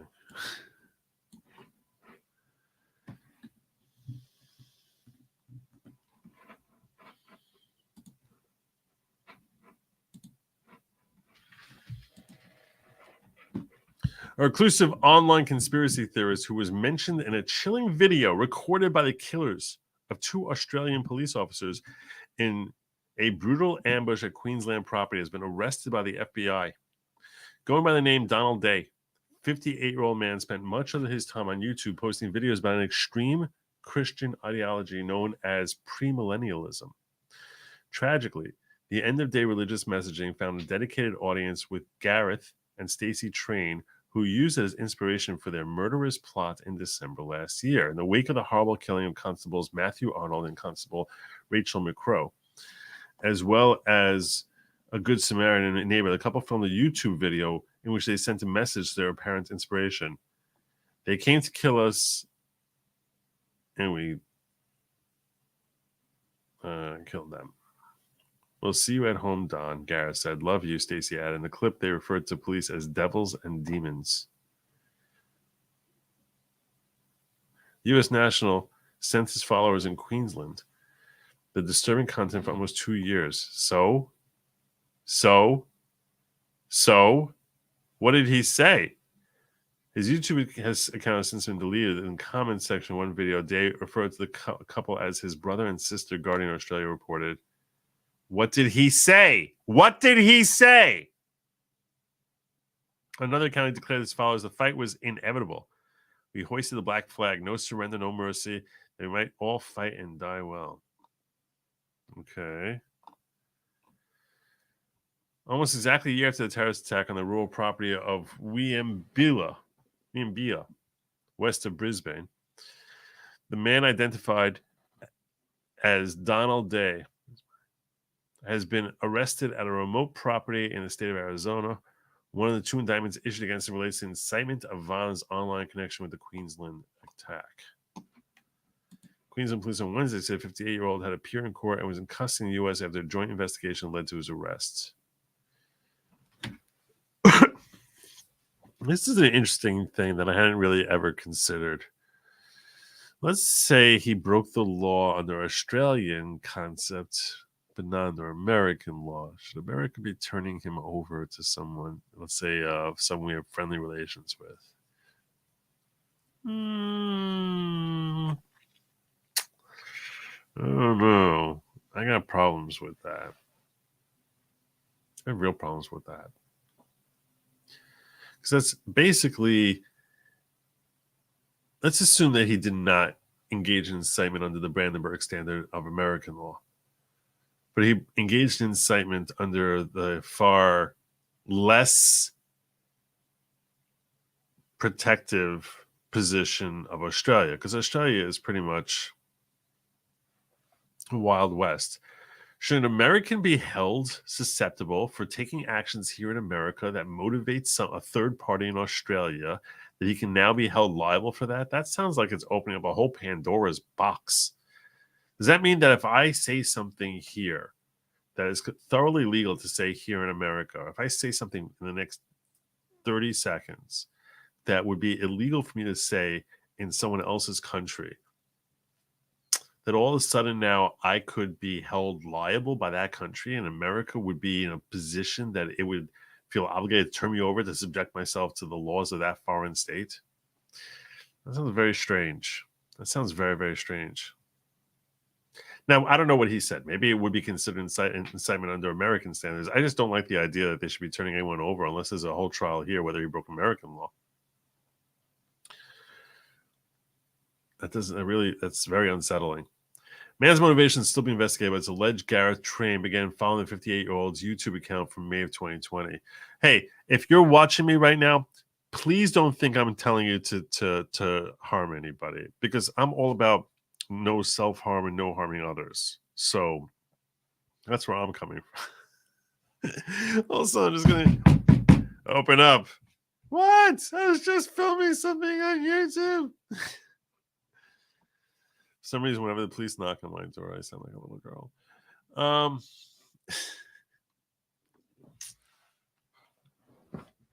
gosh.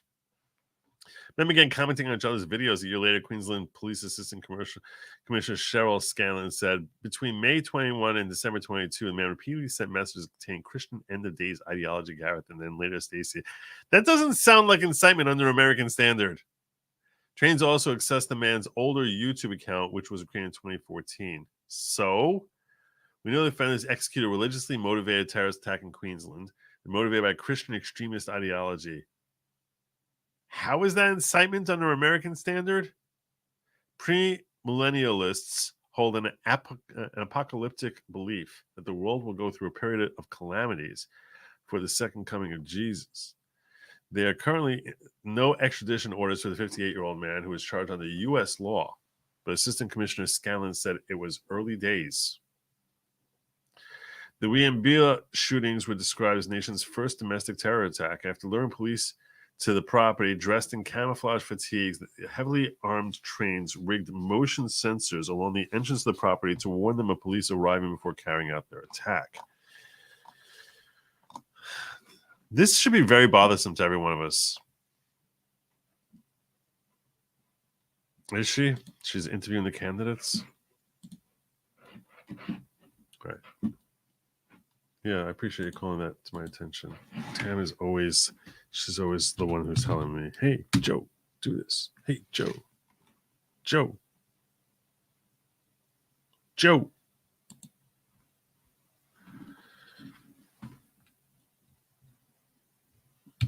You have a link for me? You got a link for me? You got a link? A linky link?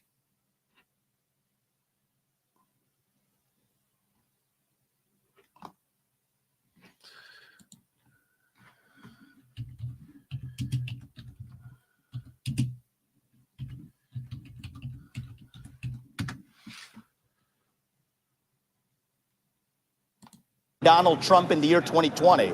The only person more fascist than the Biden regime now is Nikki Haley, who thinks the government should identify every one of those individuals with an ID. That is not freedom. That is fascism. Thank you, Tim. Keep going, Michael. I mean, that's about as ludicrous as it comes. I mean, this is something that we've expected from the left for a very long time. If you've watched MSNBC over the past 4 years and you've counted the times that the word fascism has been used and Donald Trump has become, compared to a Nazi, I don't love it. As he says, I don't like identity politics on the right when they do it on the left. I don't like fascism accusations on the right when it's so common on the left. He also kind of referred to her as a Stalinist, too, because he then invoked Orwell's 1984, which is obviously a book about Stalinism. So yeah, that Vivek that showed up early and it's not exclusively about like he was going to be the first debate, Vivek became even crazier than I had seen previously. Yeah, no, second debate Vivek was the nice Vivek. Second debate Vivek was, I don't believe in personal insults. That's what he said. I don't believe in personal insults. What happened to that guy, Emily? He was not there. But you know what? He was handing out little golden nuggets to core MAGA. That's what he was doing tonight. And I bet they ate up every single one of them. I haven't even looked at Twitter, but I'm guessing they ate up every one. Well, I was going to say, actually, in a weird way, there's a benefit to having Vivek on stage because he really does represent core MAGA in a way that even Ron DeSantis, who flirted with representing core MAGA, but then never really What is pulled it core off. MAGA? Am I core Doesn't. MAGA? And so I think I'm core kind of MAGA. pushing I'm probably candidates core on foreign MAGA. I think policy I'm in the core way that MAGA. Vivek does. Listen, I don't think it comes across as appealing, especially on a stage with 4 candidates. It was different when it was the pure chaos of 10 people on the stage screaming at each other incoherently. But when you have 4 people, you're constantly jumping in and being the loudest person in the room. I just think it's a lot harder to pull that same act off. I thought this debate felt like it had more gravity and seriousness to it, and he wasn't reading the room super well. And I should also say, I'm going to need a spicy margarita to fall asleep tonight after the vivid rendering of Vivek as Sybil that you just put in everyone's mind. Megyn, thank you. I was referring to that as the Sybil question. I don't know what I'm getting, whatever. It's funny you guys talk about the core MAGA, but I don't know whether he said this when he was talking to you. Do you not realize that core MAGA is now Ramaswamy 60%? behind us right now, and he's appealing to Ron Paul voters. Yeah, he did mention Ron Paul. So I think, and Michael, we're veering over into a libertarian space. So you can check me. You can check me up as we go. But that's what I wanted. So when we met Ron Paul Let's see what we got as here. 2000. I don't care about these idiots. He's got This way, that much. Cool. Perfect. stage where I was co-moderating tonight's debate, and I have a lot of thoughts. I'm going to share them with you in a minute. Plus, we'll get reaction from some of our Megyn Kelly Show favorites, Emily Jashinsky, Michael Moynihan, Tom Bevan. But we begin with one of the stars up there tonight, and that is entrepreneur Vivek Ramaswamy. Welcome to the show, Vivek. Great to have you. Good to be on, Megyn. How you doing? Except for you. Thank you. I appreciate that. So I know on the stage I have to call you Mr. Ramaswamy, but I think I can call you Vivek here. Yes. Okay, that good. works. I took my tie off, so that's where it works. Yeah, we're all relaxed now. How did you think it went? The overall debate? I think That's what it felt good. like, I mean, yeah. I was pleased with it. I was fluid. like that. I didn't really have much restraint. And I think it's the first time we actually had real conversation between the candidates, but still actually being able to hear one another. So if we're going to set the bar that low, I think it was actually pretty much a success. I think there's some issues that we do need to discuss that we didn't get to in this debate that I think are deep ideological fault lines in the GOP primary. I think free speech is one of those issues. That was one I was saying before we Free got speech started. and foreign policy, those are the 2 big ones. Free speech is on our list, but everything dies as a result of something else that lives. We were a little too free with our speech, I think. Well, but we wanted take to the let you time, guys but yeah. debate, No, I so think it it's was like that's why I was like, you have to strike the balance, right? Because otherwise, if we just stay rigid to our questions and get through every single topic, you guys don't get to debate each other. That's right. That's right. And so I think in that sense, it was a good debate. And I think we do have some ideological divides in the GOP. I think the big ideological divide is, what do you think is America's approach to being the leader of the world? All of us agree that America should be that shining city on a hill. I'm of the view that it should be by being foremost strong at home. I think we have weakened ourselves by fighting these foreign wars in other parts of the world, that as we revealed on that stage tonight, many of them who are clamoring for going after defending some part of Ukraine don't know the first thing about the part of Ukraine they're actually arguing for. You're right that people are starting to move more and more towards the position that you took early on. Yeah, and I think it's a form of intellectual fraud on the American people, but I think that's one divide, number one. And then divide number 2 is, what do you have the right to say in this country? Do you actually have the right to engage in heinous speech or not? And I think we have candidates on both sides of that issue, but I'm a free speech absolutist, and I think those are the 2 main divides. Well, I wanted to talk to you about that because you and I had our little exchange on Twitter. I would have loved to have we have gotten some different opinions, but we can continue that it's fine. elsewhere as well. Yeah. That's exactly right. All right, so let's talk about some of the big moments, because my impression from the debate moderator's seat was Christie came loaded for bear for you. Yeah, he did. Right? Were you expecting that? I didn't really go in one way or another. I kind of got a kick out of it. And my view is that Chris Christie's foreign policy experience is, about as thin as it's going to get. And blockading that bridge from New Jersey to New York was, thin as the seat of his pants. The best example of it I could think of. And I think that Chris Christie would do this country a favor if he got out of the race. And so I think I didn't hold back in saying so. Here's a little flavor of what we're talking about. SOT 1. Let me just say something here. His reasonable peace deal in Ukraine, he made it clear. Give them all the land they've already stolen. Promise Putin you'll never put Ukraine in Russia, and then trust Putin not to have a relationship with China. Let me tell you something. That's no That's reasonable. not my deal. That's not my deal. Yes, it's exactly what you I'll said. describe my You do deal this to at you. every debate. I'll tell you exactly what it is. Don't I'll interrupt tell me. you I what the didn't deal is. interrupt you. Okay? You Tell say them this. about how you You wanna do send our this. kids to die. You Go do for it. this at Ramaswamy. every debate. You go out on the stump and you say something.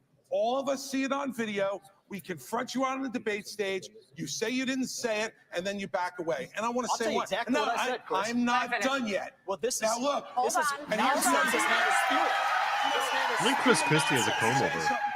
This is the fourth debate that you would be voted in the first 20 minutes as the most obnoxious blowhard in America. Yes, so shut up for a little while. That's the title. He'll never rest away. So he was gunning for you. What was that about? Why? Why you? Why you tonight? Well, look, I think that he is very frustrated that he's not able to go after Donald Trump. There's two key America First candidates in this race. And as I said, there is a deep ideological divide in the GOP. So I think he's venting his frustration at Trump on me, and I can take it. I can handle the heat, and I responded to him accordingly. How about the Nikki Haley moment? Nikki corrupt. That was big when you held that up. Well, I think it is. What was that about? The heart of who she is and what she represents. I don't care about Republican versus Democrat. We need to end the corruption in D.C. I don't think you should be able to join the board of a company that you underwrote 9-figure deals while being governor of a state that did deals with that company.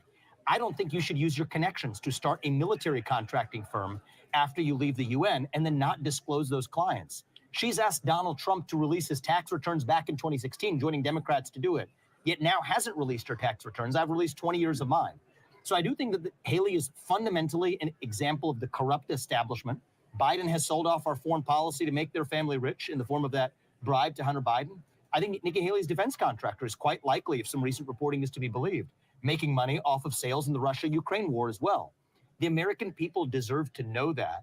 And I think there's an intellectual fraud here where she professes this foreign policy experience that began in all of a cup of coffee stint at the UN, offering platitudes that were served up by political consultants since the 1980s, yet doesn't know the first thing about the regions she actually even wants us to fight for. And so I think it's an intellectual fraud. I think it's a financial fraud. And I do think that regardless of who leads this country, if you want somebody who's actually going to take on that corruption in D.C., you can't be part of it in the first place. Okay. And so I did want to speak to that directly tonight. Let's shift and talk about free speech for 1 minute, because you know, one of the things that we wanted to talk about was what's happening in these campuses. Eliana got to it a bit, and some of the testimony on Capitol Hill. But you and I had a dust up on Twitter the other month, because I understand the opposition to Ron Desantis trying to disband Students in Justice in Palestine. I get that. And that's where I'm strongest. That's where I'm most strong. I get it, and I agree. I've said on my show. I didn't know where you were. Yeah, okay. I don't agree with that move. But because the Constitution. Yeah. Yes, there's this thing called the First Amendment. It's kind of pesky. And then there's this separate cultural debate that we ought to have that doesn't have to do with the law. So that's where you and I diverged, because the Students in Justice in Palestine, like days after the 10/7 attack, sent this letter saying it's entirely Israel's fault. It's all Israel's fault. I mean, it's nonsense. No, and I know you don't support garbage. that. Yeah. But then you had these lots of folks like Bill Ackerman and others who said, I want the name. I want every student who's in that group. And I said, right on, me too. As an employer, I would never hire somebody who signed that letter. And you were like, you said, we shouldn't be shaming students. We shouldn't be naming students like that. They're dumb kids. Yeah. And my thought is, they're about to go into America's biggest media companies and law firms, right? So I'd say a couple things. One is very pragmatic in the reality of how college campuses function, and then the other is a cultural point. The way you're a member of a college student group is you actually just put your name on some student group list. Many of these people did not even know they were affiliating themselves with the state. But then so put that to one side, and I know you would probably agree with that. You'd be like, take me out of that group as soon as you saw them sign that letter. I think the reality of, this is a really not terribly important point, Megyn, but if we're going to talk about it, let's just understand. I know many of those kids, I've talked to many of those kids on those college campuses. They actually have no idea whether they would count as members of the group or not, or whether the leadership of the group is saying something they have no say in actually determining it. There's a very easy way of making that clear. Then you have to disavow. Well, take me off your email list. Yes. And then it gets to a culture of what we want in our country. Do we want students signing up with groups even they disagree with? I did that when I was in college. And so it gets to the cultural question of not legally what would our founding fathers say, but actually you guys asked me on that debate stage, which president would you take inspiration from? And so let's just go through this. And the swivel chair. The original and the swivel chair was That's a really interesting thought. I don't think Thomas Jefferson. That's a really interesting thought. Signing up for a club that you disagree with. Like, I don't understand that. I don't understand that philosophy. You sign up for a club. Would I sign up for a club that's designed to like fight climate change? No, I wouldn't do that. Why would people do that? I don't understand what he's saying there. I don't get that at all. So what? I can like spy on them? Like, I don't understand what that means. Why would someone be doing that? That's such a weird thing to do. That's such a weird take. You monitor the opposition. That's what Lost in Law is saying. Okay. Maybe. I don't know. Would be on the side of saying that we want our universities and institutions of higher ed creating blacklists based on what a 19-year-old kid has or hasn't said. A blacklist. It's But just, it's absolutely it's just, here's the names. No, It's up to you. that's absolutely The a UN blacklist. will hire all those people. For this one issue. Because then if we do it for this issue, we're going to be doing it for somebody who denied climate change, somebody who questioned the wisdom of using fossil I don't fuels, think this is the same somebody deal. who claimed that There's a J6 difference was between following someone whose views you disagree with and joining their club. Those are two different things. Although I should say this, I was registered as a Democrat long after I abandoned their anything related to Democrats, figuring like I wanted to be able to vote in Democratic primaries and basically skunk people who I thought were most objectionable. But there is like I had an objective. So the objective here is to spy. was actually an inside job or not. I think that people should be able to speak their mind freely on these topics. And I think once we go down this road, imagine if this was during the COVID pandemic. I get it. You're saying slippery slope. But I think the slippery slope is really part of what these free speech incursions, cultural free speech incursions are all about. If during the COVID pandemic, and I think you and I would probably be on the same side of this, if somebody questioned the safety and efficacy of vaccines, I think you have a lot of people on the other side to say, as an employer, I want to know that. If I'm in the healthcare industry, tell me which student did that because I don't want to hire them. That's fine. I actually think this could lead to the better alignments with the students and their employers. I think it leads to students being less likely to discover who they are and what they think. Okay. All right, and I think that we got to lead them rather than to censor them. Talk to me about your plan, because your poll numbers have gone down in recent history, and one of the top guys in your campaign left and went to work for Trump, and there's a lot of I was actually one of the top guys, as a side note, but we brought in someone above him and he moved. But I respect him. I don't want to be throwing people under the bus. But respectfully, you're not on track to win. The polls are not on track to where they need to be for me to win this election yet. Right. That much is fair. Or even win the undercard part of the election. So how long do you stay in this thing? What's the goal of this? Oh, I think I'm not going anywhere. And I think to the contrary, I feel I have a responsibility to be in this race as somebody who is taking the America First movement to the next level. I do think we're going to deliver a surprise in Iowa. I think the media has done us a great favor of downplaying our expectations going into Iowa and New Hampshire. We're seeing a lot of people come into our events, like a lot, like not small numbers of people. Like the crowds we're seeing at our events do not match up to the narrative of where the public polling is at. That's what happened to Trump. And absolutely. And when you see many of those people at those events, though, many of them are coming with Ron Paul shirts. Many of them are first-time caucus goers.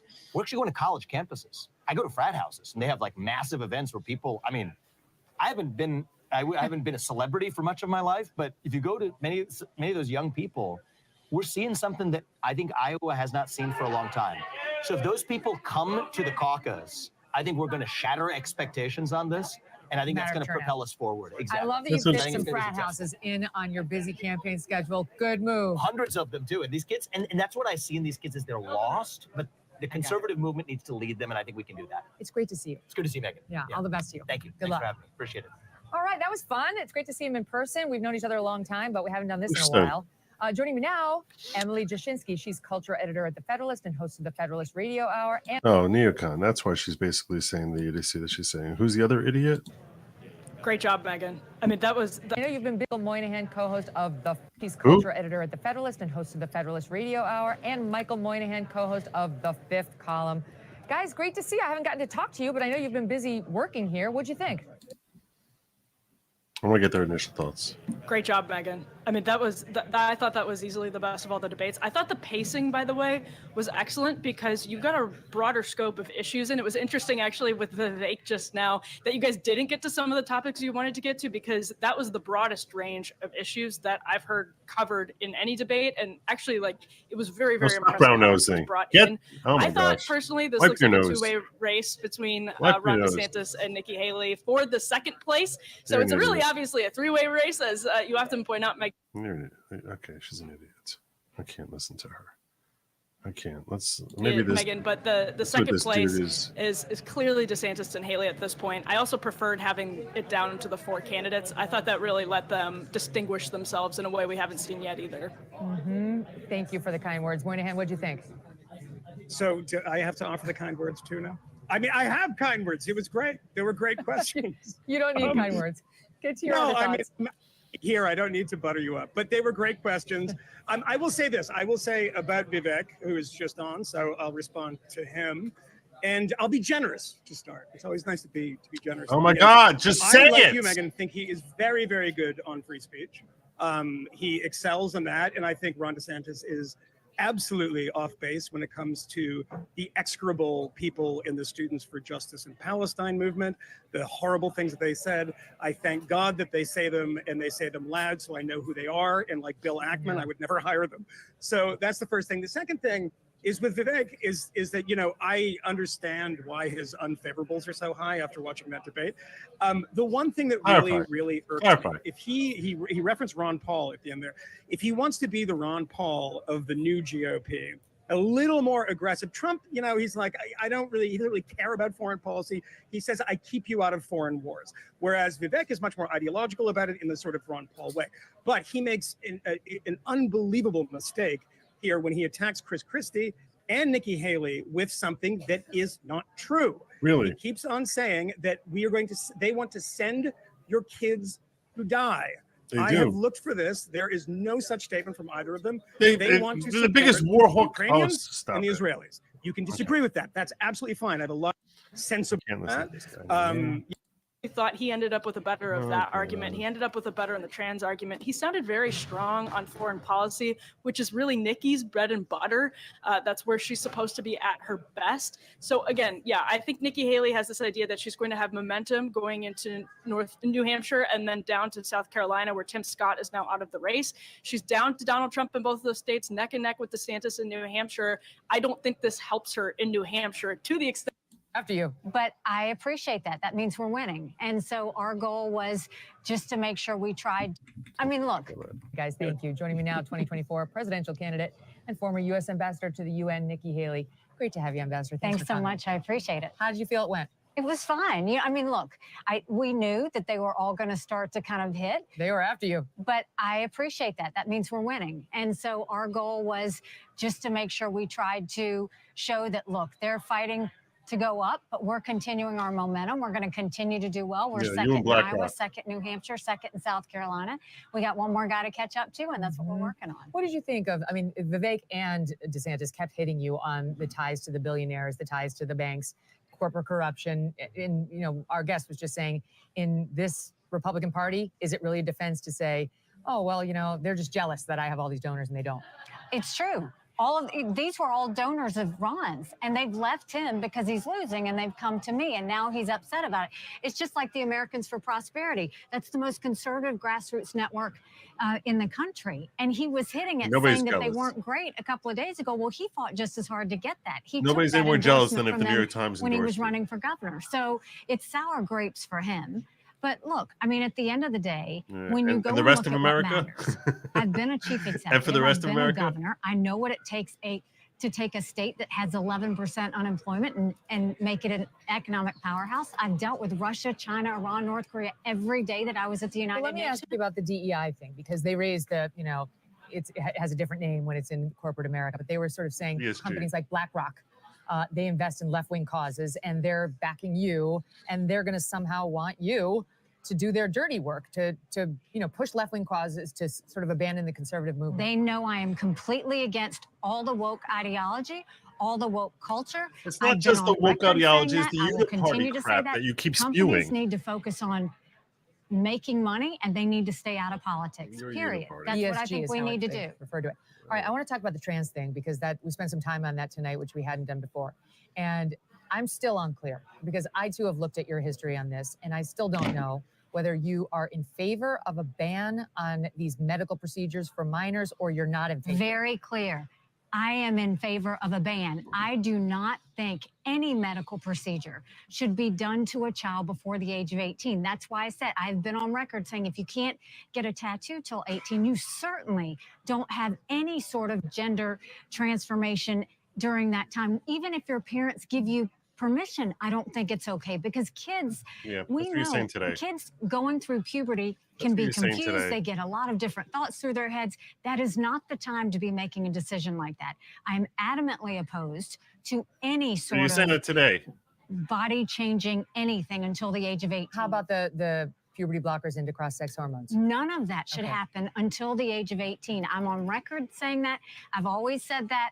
I mean, you know, Ron kept saying that I hadn't done it, but Ron has been lying this entire time. I mean, he's got spending millions of dollars on commercials on TV, and everybody from CNN to Newsmax has said that his ads are false. On this subject, I confess, I myself and my researchers looked very hard because I wanted to make sure I knew everybody's position. By the way, I was right about what I said to Governor Christie, too.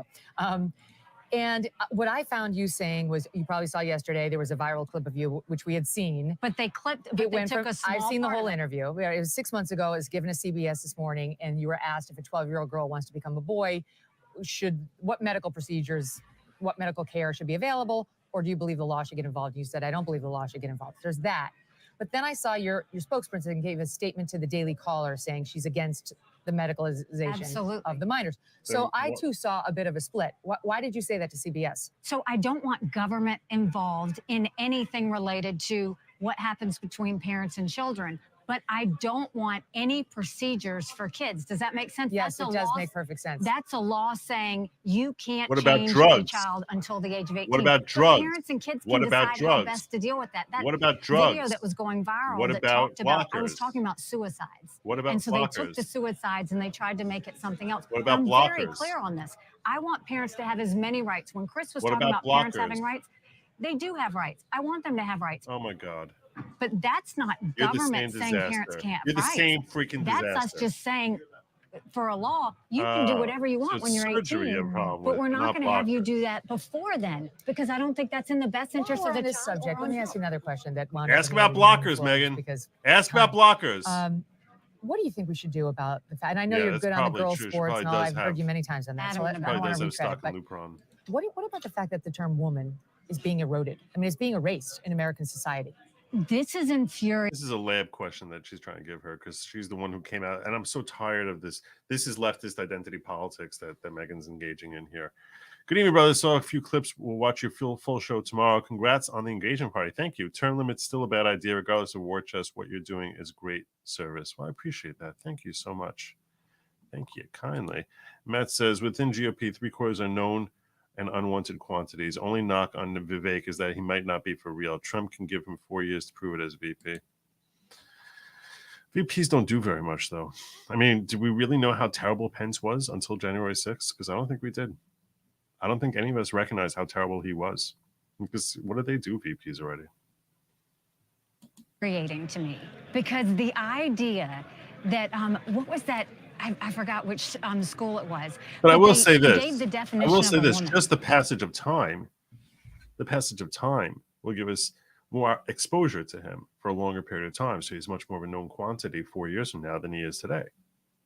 So, no matter what position he's in. Let's hear from this crazed warbird. And it was a non-man. And I was sick to my stomach. That's why I always say strong girls become strong women become strong leaders. That doesn't happen if biological boys are playing in their sports. That doesn't happen if you go and make Oh yeah, a she woman called feel that any she more called that inferior. the biggest issue confronting women today. Really? That's the biggest issue? Not the fact that like our economy is shooting through the roof because the women don't have to deal with that. Don't they have to handle paying for groceries just like men? I'm so tired of trying to split things down. It's like, what are women issues? What the hell does that mean? Women issues. I'm tired of that. That's such leftist, stupid, neocon perspective. Biggest issues facing women today. Strong.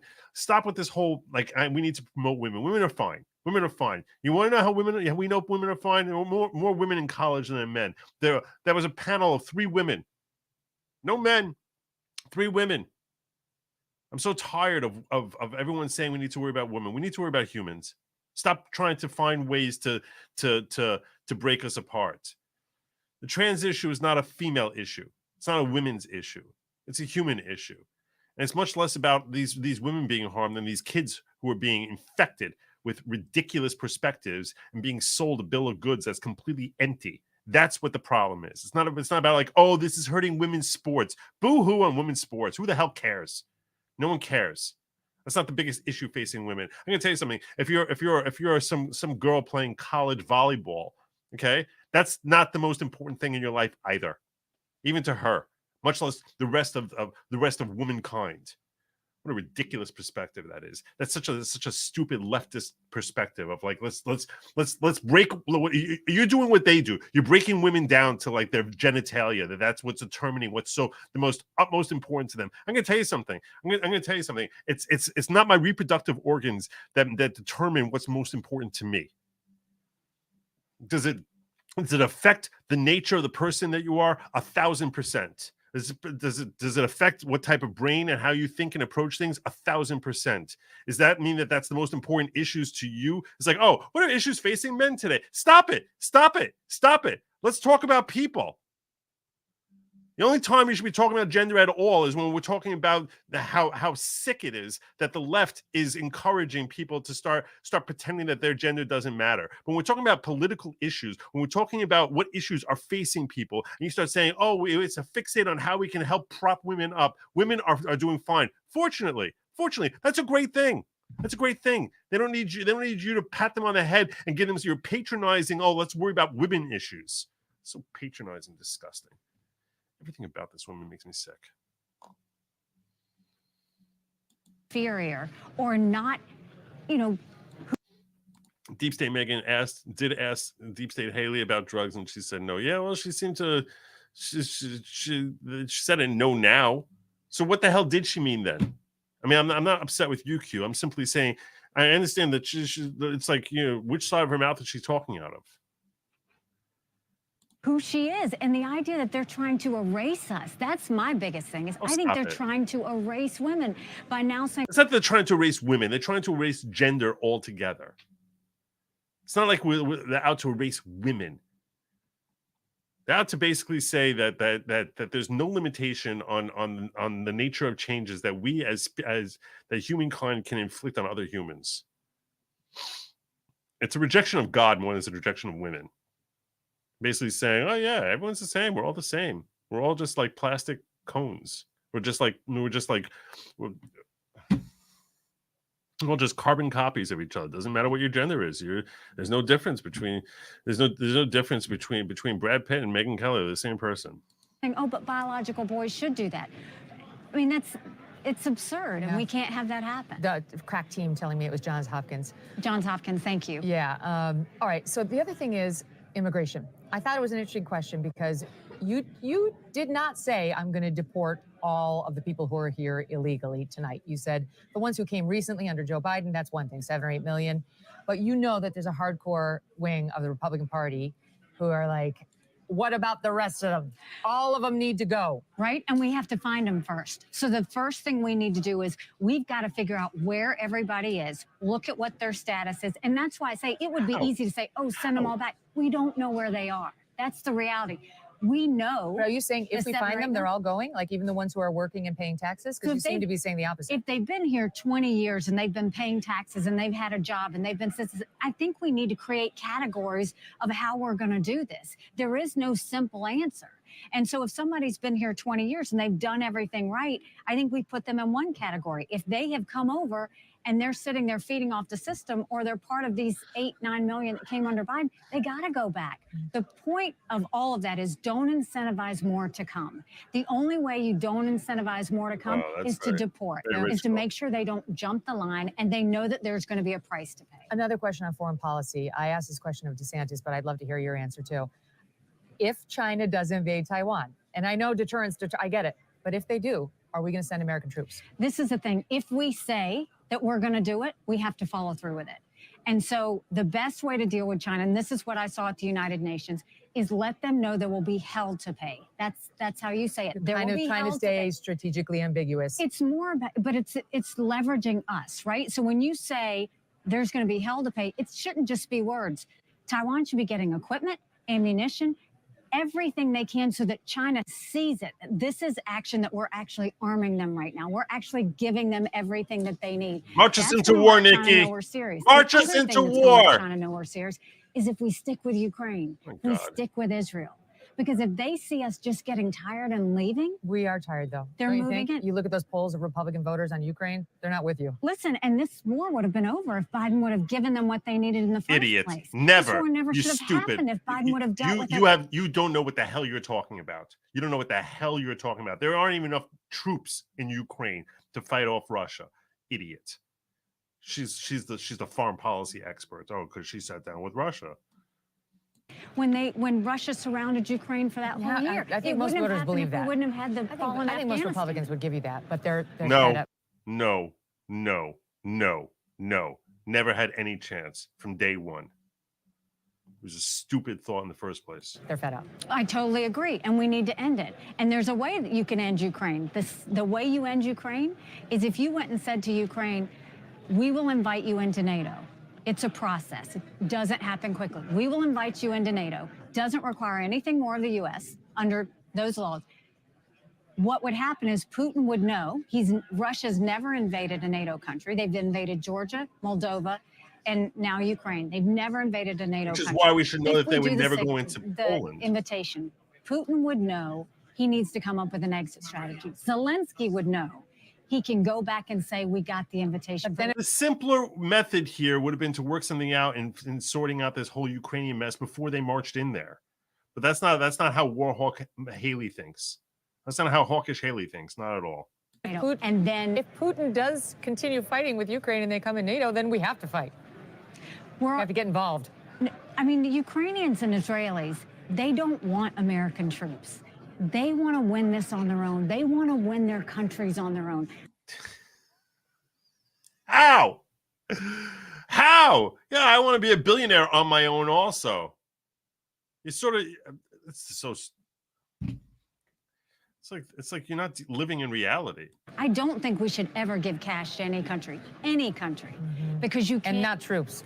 Not troops. I don't think we need to do that. I think, look, my husband's a combat veteran. I don't want him fighting any more wars than he has to. All right, last question on that front, because I worked with a bunch of 17 and 18-year-old boys in advance. This is all of a sudden, she spent 4 debates, screaming about how we have to go marching, and all of a sudden now, no money, no troops. What the hell are you talking about then? What were you talking about for the last 4 debates? I have no idea where she stands. You know, Q Revere. You're saying that she did say this.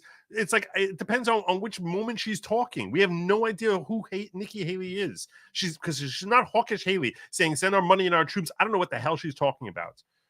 What is she talking about? Can any of you figure out what she's been saying for 4 debates now?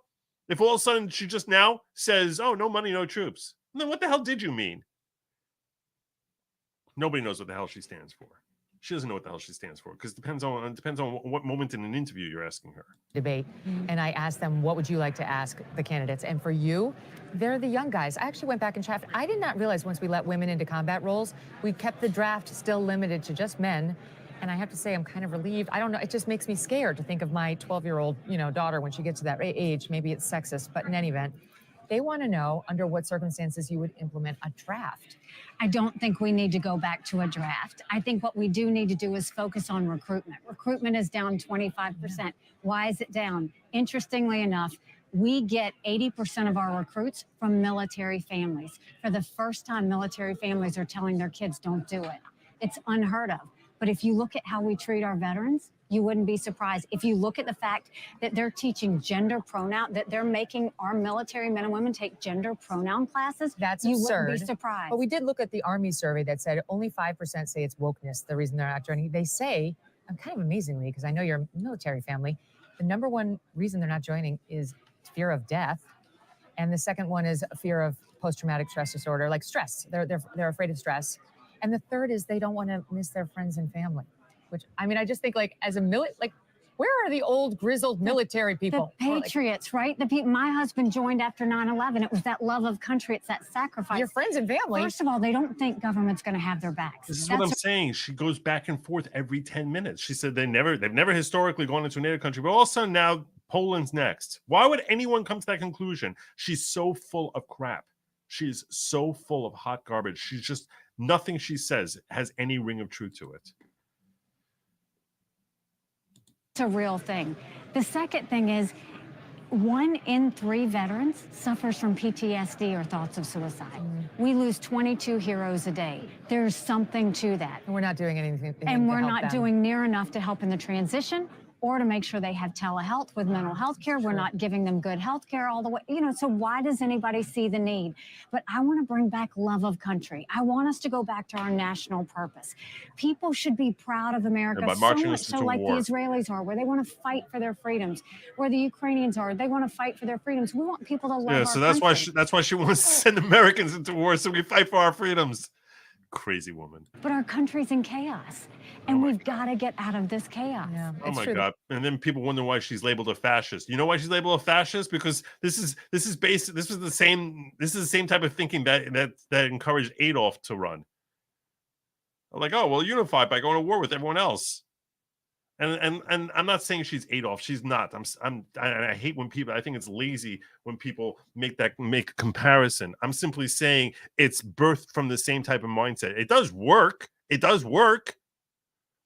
It's simply like it's insanity, but it works.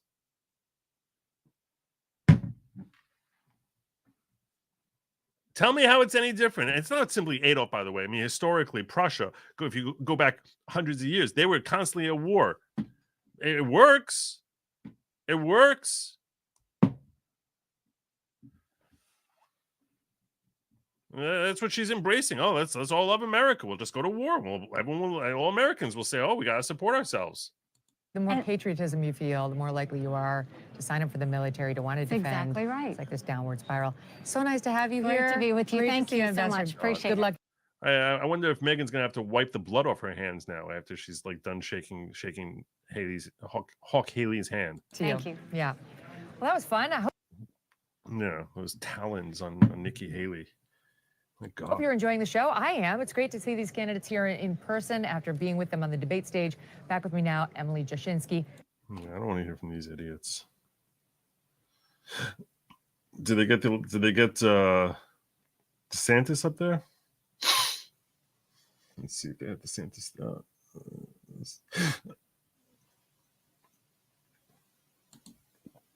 It doesn't seem like they got Desantis. I was just looking at clips. I don't need to see them looking at clips because I'm tired of hearing from those neocons. Oh, my God. Okay. Rivka J Gamer says Messianic Jew is designed to make fun of people who say we're a cult. I don't think so, but I can understand why people would be offended. You're talking about the orange Jesus thing that I put in a poll. And CLS says, here, Joe, little something. Well, that's very thoughtful. I appreciate that. That's very kind of you. That's very kind of you indeed. All right. In fact, I'm going to give you one of these. So double up on those. Okay. I think I'm going to start winding down now. It's time for me to start winding on down. Coming to the end of another brilliant show. I'm going to rate my work in today as scale of 1 to 10. I'm going to say 8.5. 8.5. Not 10. Very solid. 8.5 for me is like 12 for other people though. So that's how I'm rating my work today. Yeah, 8.5. Okay. It's important to do self-assessment sometimes. It's very, very important. It's very important. I'm like, yeah, I can do better. I think I can do a little better. There's room for improvement, but it was pretty solid. Pretty solid day all around. Tomorrow evening, I will be back here with you at 10 p.m. I'm probably going to do a locals at some point tomorrow also because I'm feeling a hunger for some locals. That's what I'm thinking. I'm also thinking I should be getting back to the courthouse soon. I wonder what's going on with my whole application to become a journalist in New York. I did submit that request like a month ago. I think we're getting close to that month. And they're supposed to decide within 30 days. And I think I met all the qualifications. So I should be a journalist. Yay, me a journalist. Oh, look at me, Mom. All right. I'm wrapping up my stream here. There's a couple of things I need to remind you as I'm wrapping up this stream. And that is, goodlogic.locals.com. That's goodlogic.locals.com. Good Logic. LEWGIC.locals.com. And I hope to see you tomorrow. So remember, make sure that you stay happy and eat the bugs. As we're coming in. No surprises. No surprises. Coming for a landing. I say to all my friends, I thank you for joining me. I look forward to seeing you tomorrow. Till then, Godspeed.